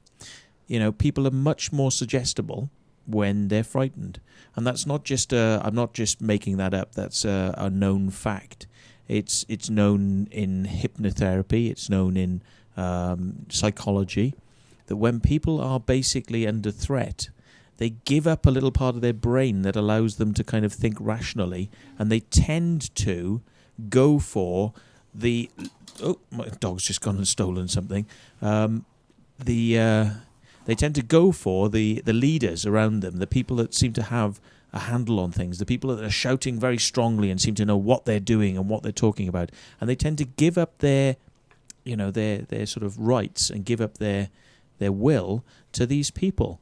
And it's a well-known fact. It's a psychologically established fact. Darren Brown talks about it, which is why if you watch Darren Brown programs, and if you're in the US, you probably don't know what the fuck Darren Brown is. If you don't, go and look up Darren Brown, D-E-R-R-E-N, Darren Brown on YouTube. Watch his videos, because believe you me, you fucking need to watch his videos. Yeah, this guy will explain to you a little bit about the way the mind works that you haven't been told and weren't taught about in school. If you think you've got control of your own mind, then, like you say, check out his videos, because you ain't. Right. This guy is gonna fuck your head right up. You think aliens are cool? You want to watch Darren Brown's programs. He'll teach you some stuff about the power of your own mind and things you didn't know about what your mind does. He'll teach you some things. Anyway, but Darren Brown's point, he always says that, and he said it many times, is when you scare somebody, if you put them into a scare scenario, something ominous is about to happen, they're much more suggestible. So the tricks he plays on them, the little manipulative tricks, they work much better because the person's mind is more open when they're scared. And then they give up their will and authority to the person that seems to know what they're talking about. So you just go and watch that stuff. So yeah, I totally get where you're coming from on this with the...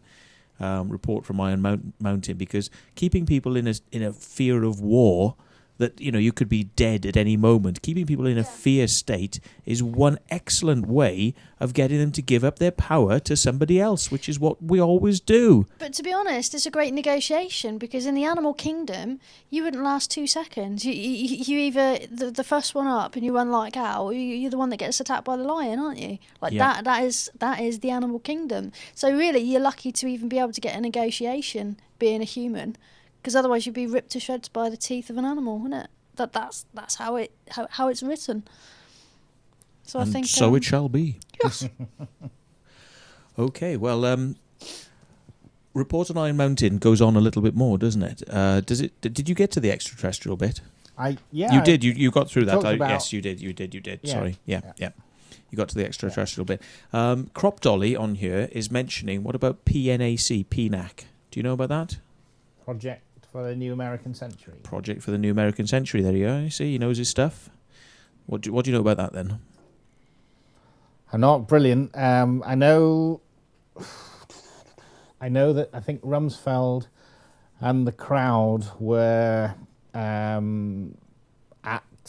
a university in Chicago together, where they developed an idea that of how to make America or to extend the American empire, project for a new American century kind of spells it out. They wanted to lead the whole world from a base in America, and I think that's playing out. You don't need to be a rocket scientist to see that happening. And they talked about the need for a new Pearl Harbor prior to 9/11. I believe that's documented as the need for an attack would help justify and have the support of the American people to go and extend the empire. So it's painfully obvious, really. Yes, it's worrying stuff, isn't it? And, all these people getting geared up with their bunkers and whatnot that you or I aren't allowed into. But when something really bad happens, all the people that planned all this fucking shit in the first place are going to be in their safe little bunkers, very nicely tucked away. Oh, yes.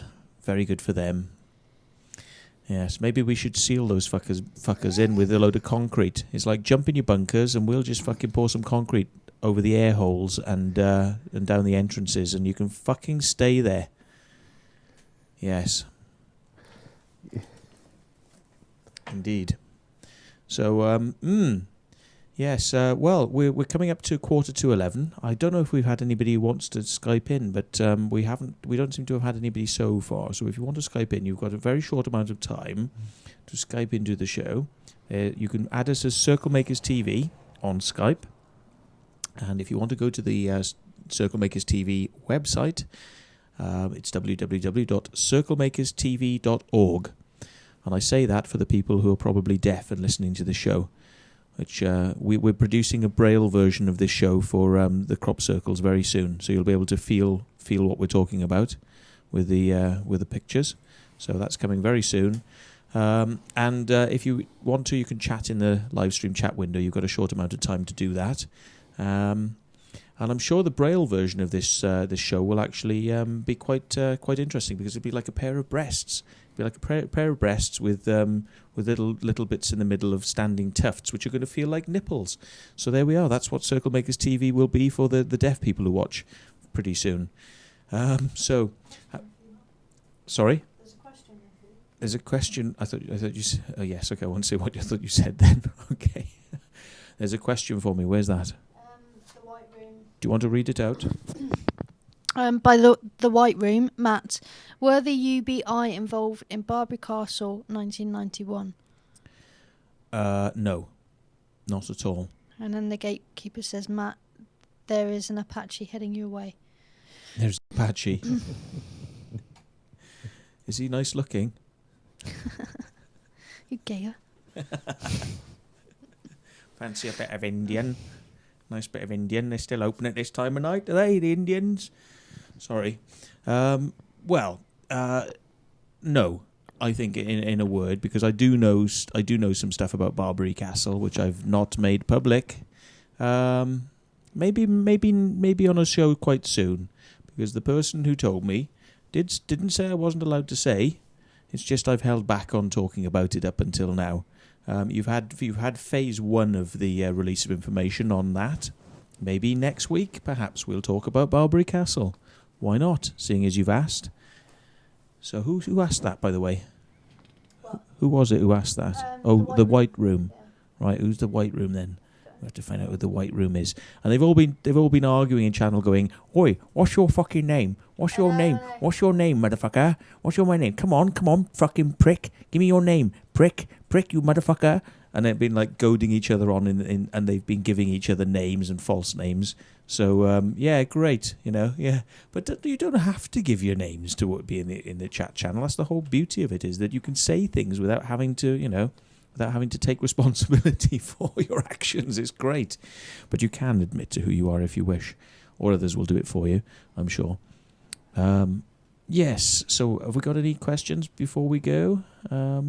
Any points you'd like to make, sir, before we go? Anything pressing that you've thought about? No, I don't think so. I think it's, it's nice to be able to come on and, I hope you can bash the crop circle world into to their senses, and maybe there's some scope for for broadening out after that's accomplished.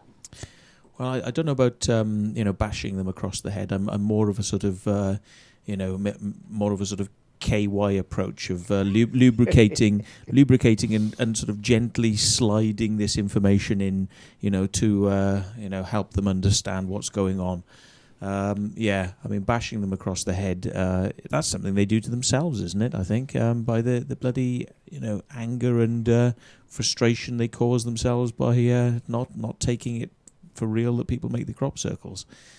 So but anything to do with we've touched most of these subjects now, but FBI vault, what was that about? And Fritz Springmeier, I think we missed as well. Do you want to tell us who Fritz Springmeier is? He's somebody that you have a lot of sympathy with.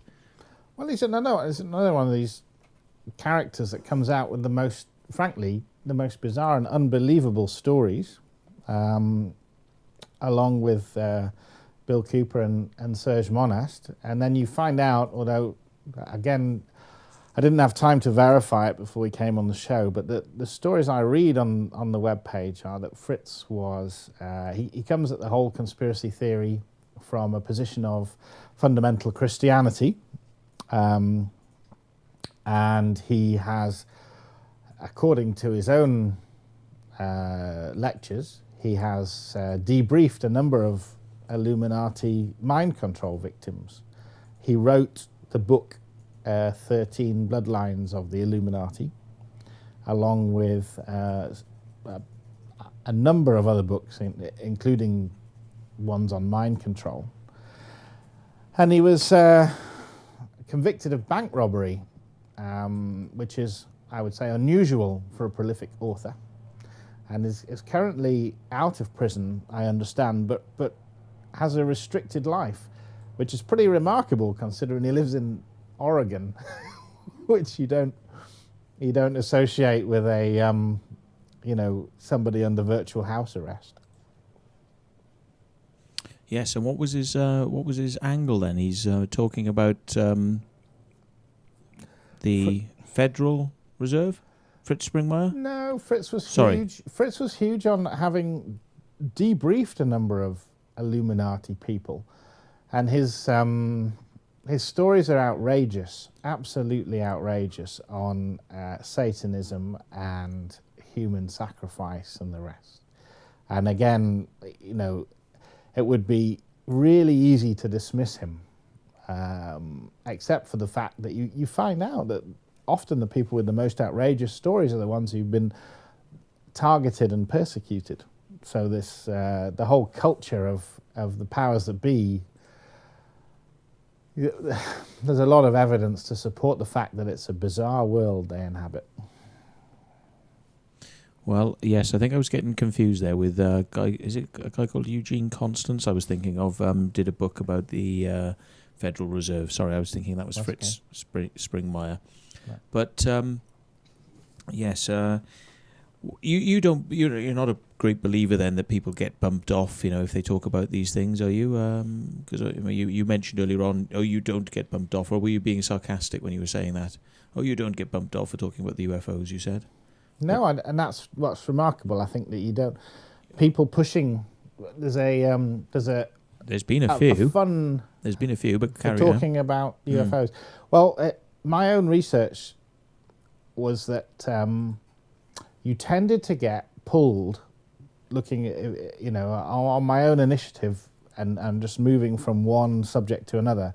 You always tended to end up at UFOs. And there seems to be a remarkable number of people talking to sites like Project Camelot about the most wild UFO conspiracies and treaties that have been supposedly made in secret between the powers that be and aliens. And those guys seem to persist and be allowed to continue to talk, even though it's supposedly the greatest conspiracy ever, which makes me suspicious that it's just a big story. Well, with my strange camera angle here. Mm-hmm. There's only There's only one thing I've got to say about Project Camelot. Yes. I have to push the Pramalot. Sorry, I just had to get that in there then. Okay. So every time you think about Project Camelot, just remember you have to push the Pramalot. Yes, okay. I had a question. That's Monty Python. Yeah. Can I ask a question? Yes. Got one from Sonia. Can we bring up the question of saving the chat window? Ah, yes. I think Andrew Perker might be referring to that as well. Right, yes. I mentioned this briefly because I understand that there's been people talking about the chat window and whether or not anybody should save it. My sort of feeling on it is that we talk about things that are written in the chat window anyway.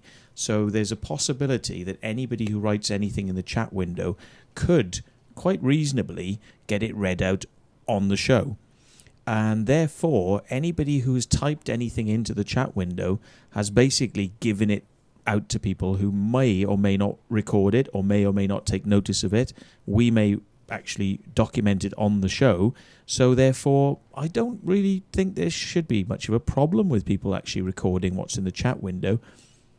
In some ways, I think it's actually quite interesting if people want to record what's in the chat window, because it does actually complement the show and could in fact be put side by side with the show as this was what was in the chat window. If you want to actually read it, this was what was in the chat window for the show. I don't see a problem with that, and I strongly recommend that if people don't want what they're saying to be rebroadcast in some way, don't type it into the chat window, because this is live stream. This is a live broadcast. If people don't want the chat window recorded, you really shouldn't be typing stuff into it, because there's always the risk we're going to read it out. So that's my take on it. If anybody's got any other opinions, which, obviously I'm an opinionated little git, and I don't always take everything into consideration because I only see it from my point of view. But if you want to actually tell us good reasons why we shouldn't be keeping a copy of the chat window, not that I do, but some people have apparently on their own backs decided that it might be useful to do that. If they want to actually give us copies of the chat windows, because I don't keep them, if they want to pass them on, I'm quite happy to put them in with the channel and actually put them on the Circlemakers TV site. Alongside each show, we can have this was what was in the chat window that evening, because it helps people reference what we're talking about, because sometimes we come out with these obtuse points, and people would like to know where it all developed from. Why did people get on to talking about that? Perhaps maybe the chat room actually isn't that interesting. Some of the things that people talk about, they're little bitching fests. Maybe not all that interesting to most people, but some of the information that goes on in the chat room certainly is. So there you go. But yeah, the chat room's quite interesting. I quite like it the way it is. Free and no banning, and people say what they want to say. But I don't think you can get away with trying to erase it once you've said it. If you decide that you've actually made a little mistake and you shouldn't have said it, oops, oh dear. But there we go. That's my position on it anyway. So Andrew Perker says, Matt, any comeback from last week's show? Just curious. Not at the moment. I haven't heard anything at the moment, and I'm just waiting. on it, but I've uploaded the videos that were removed from YouTube containing Andy Buckley. I've uploaded those videos onto my private site so that anybody that wants to look at them can actually go on to CirclemakersTV.org under Scandal, and they can download the 777 report, and they can actually have a look at the videos which somebody didn't want you to see. So there you go.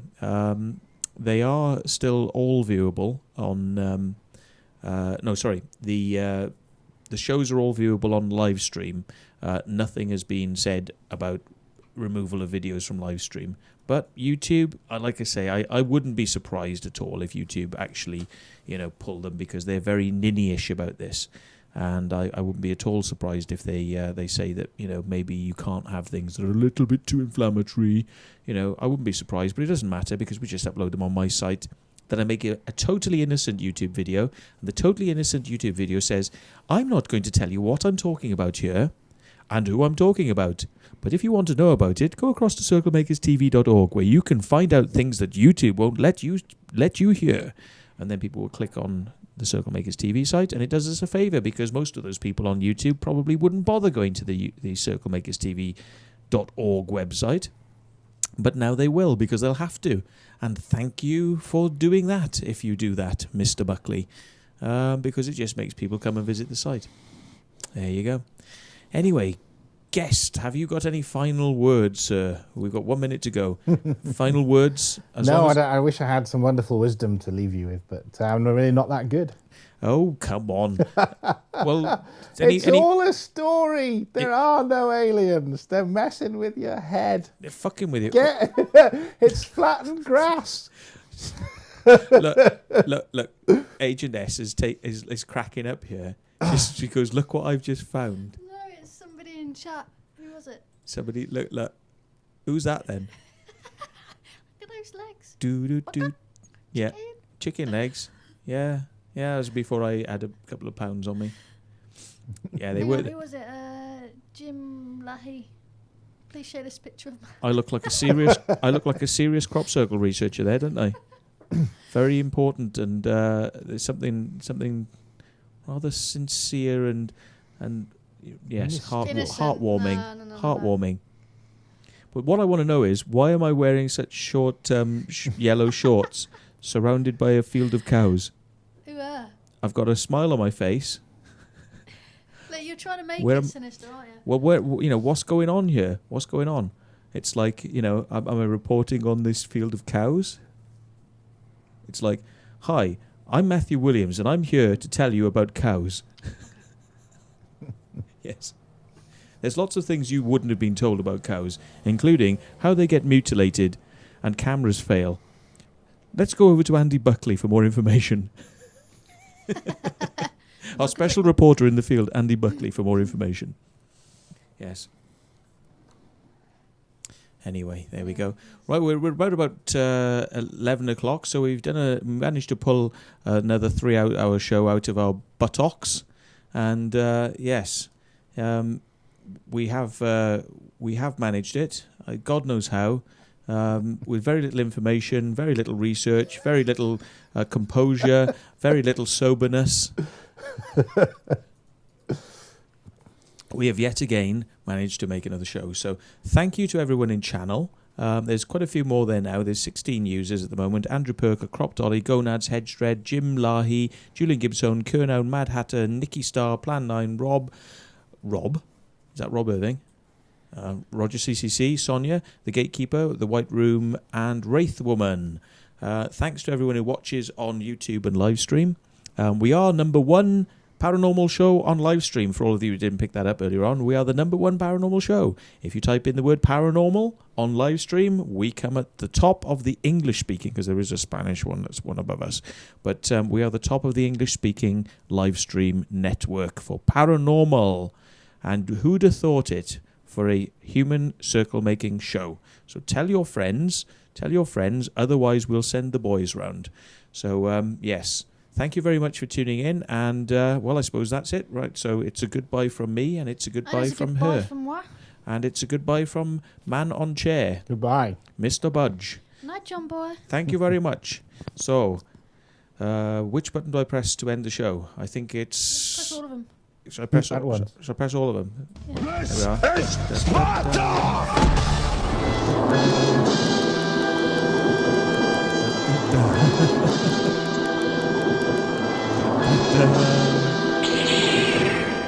Da da da da da da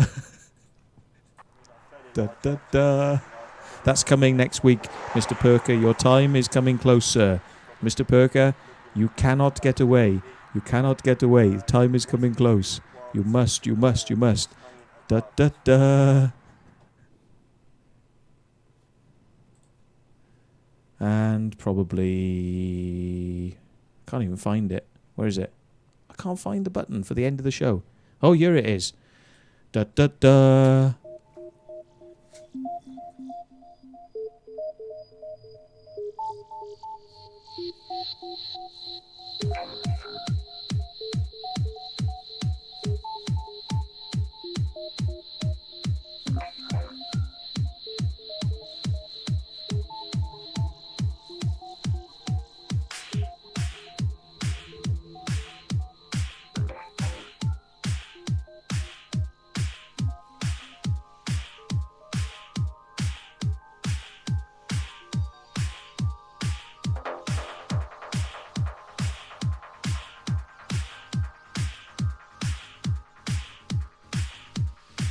Mr. Perker, your footage is coming next week, sir. You better be quick. Goodbye.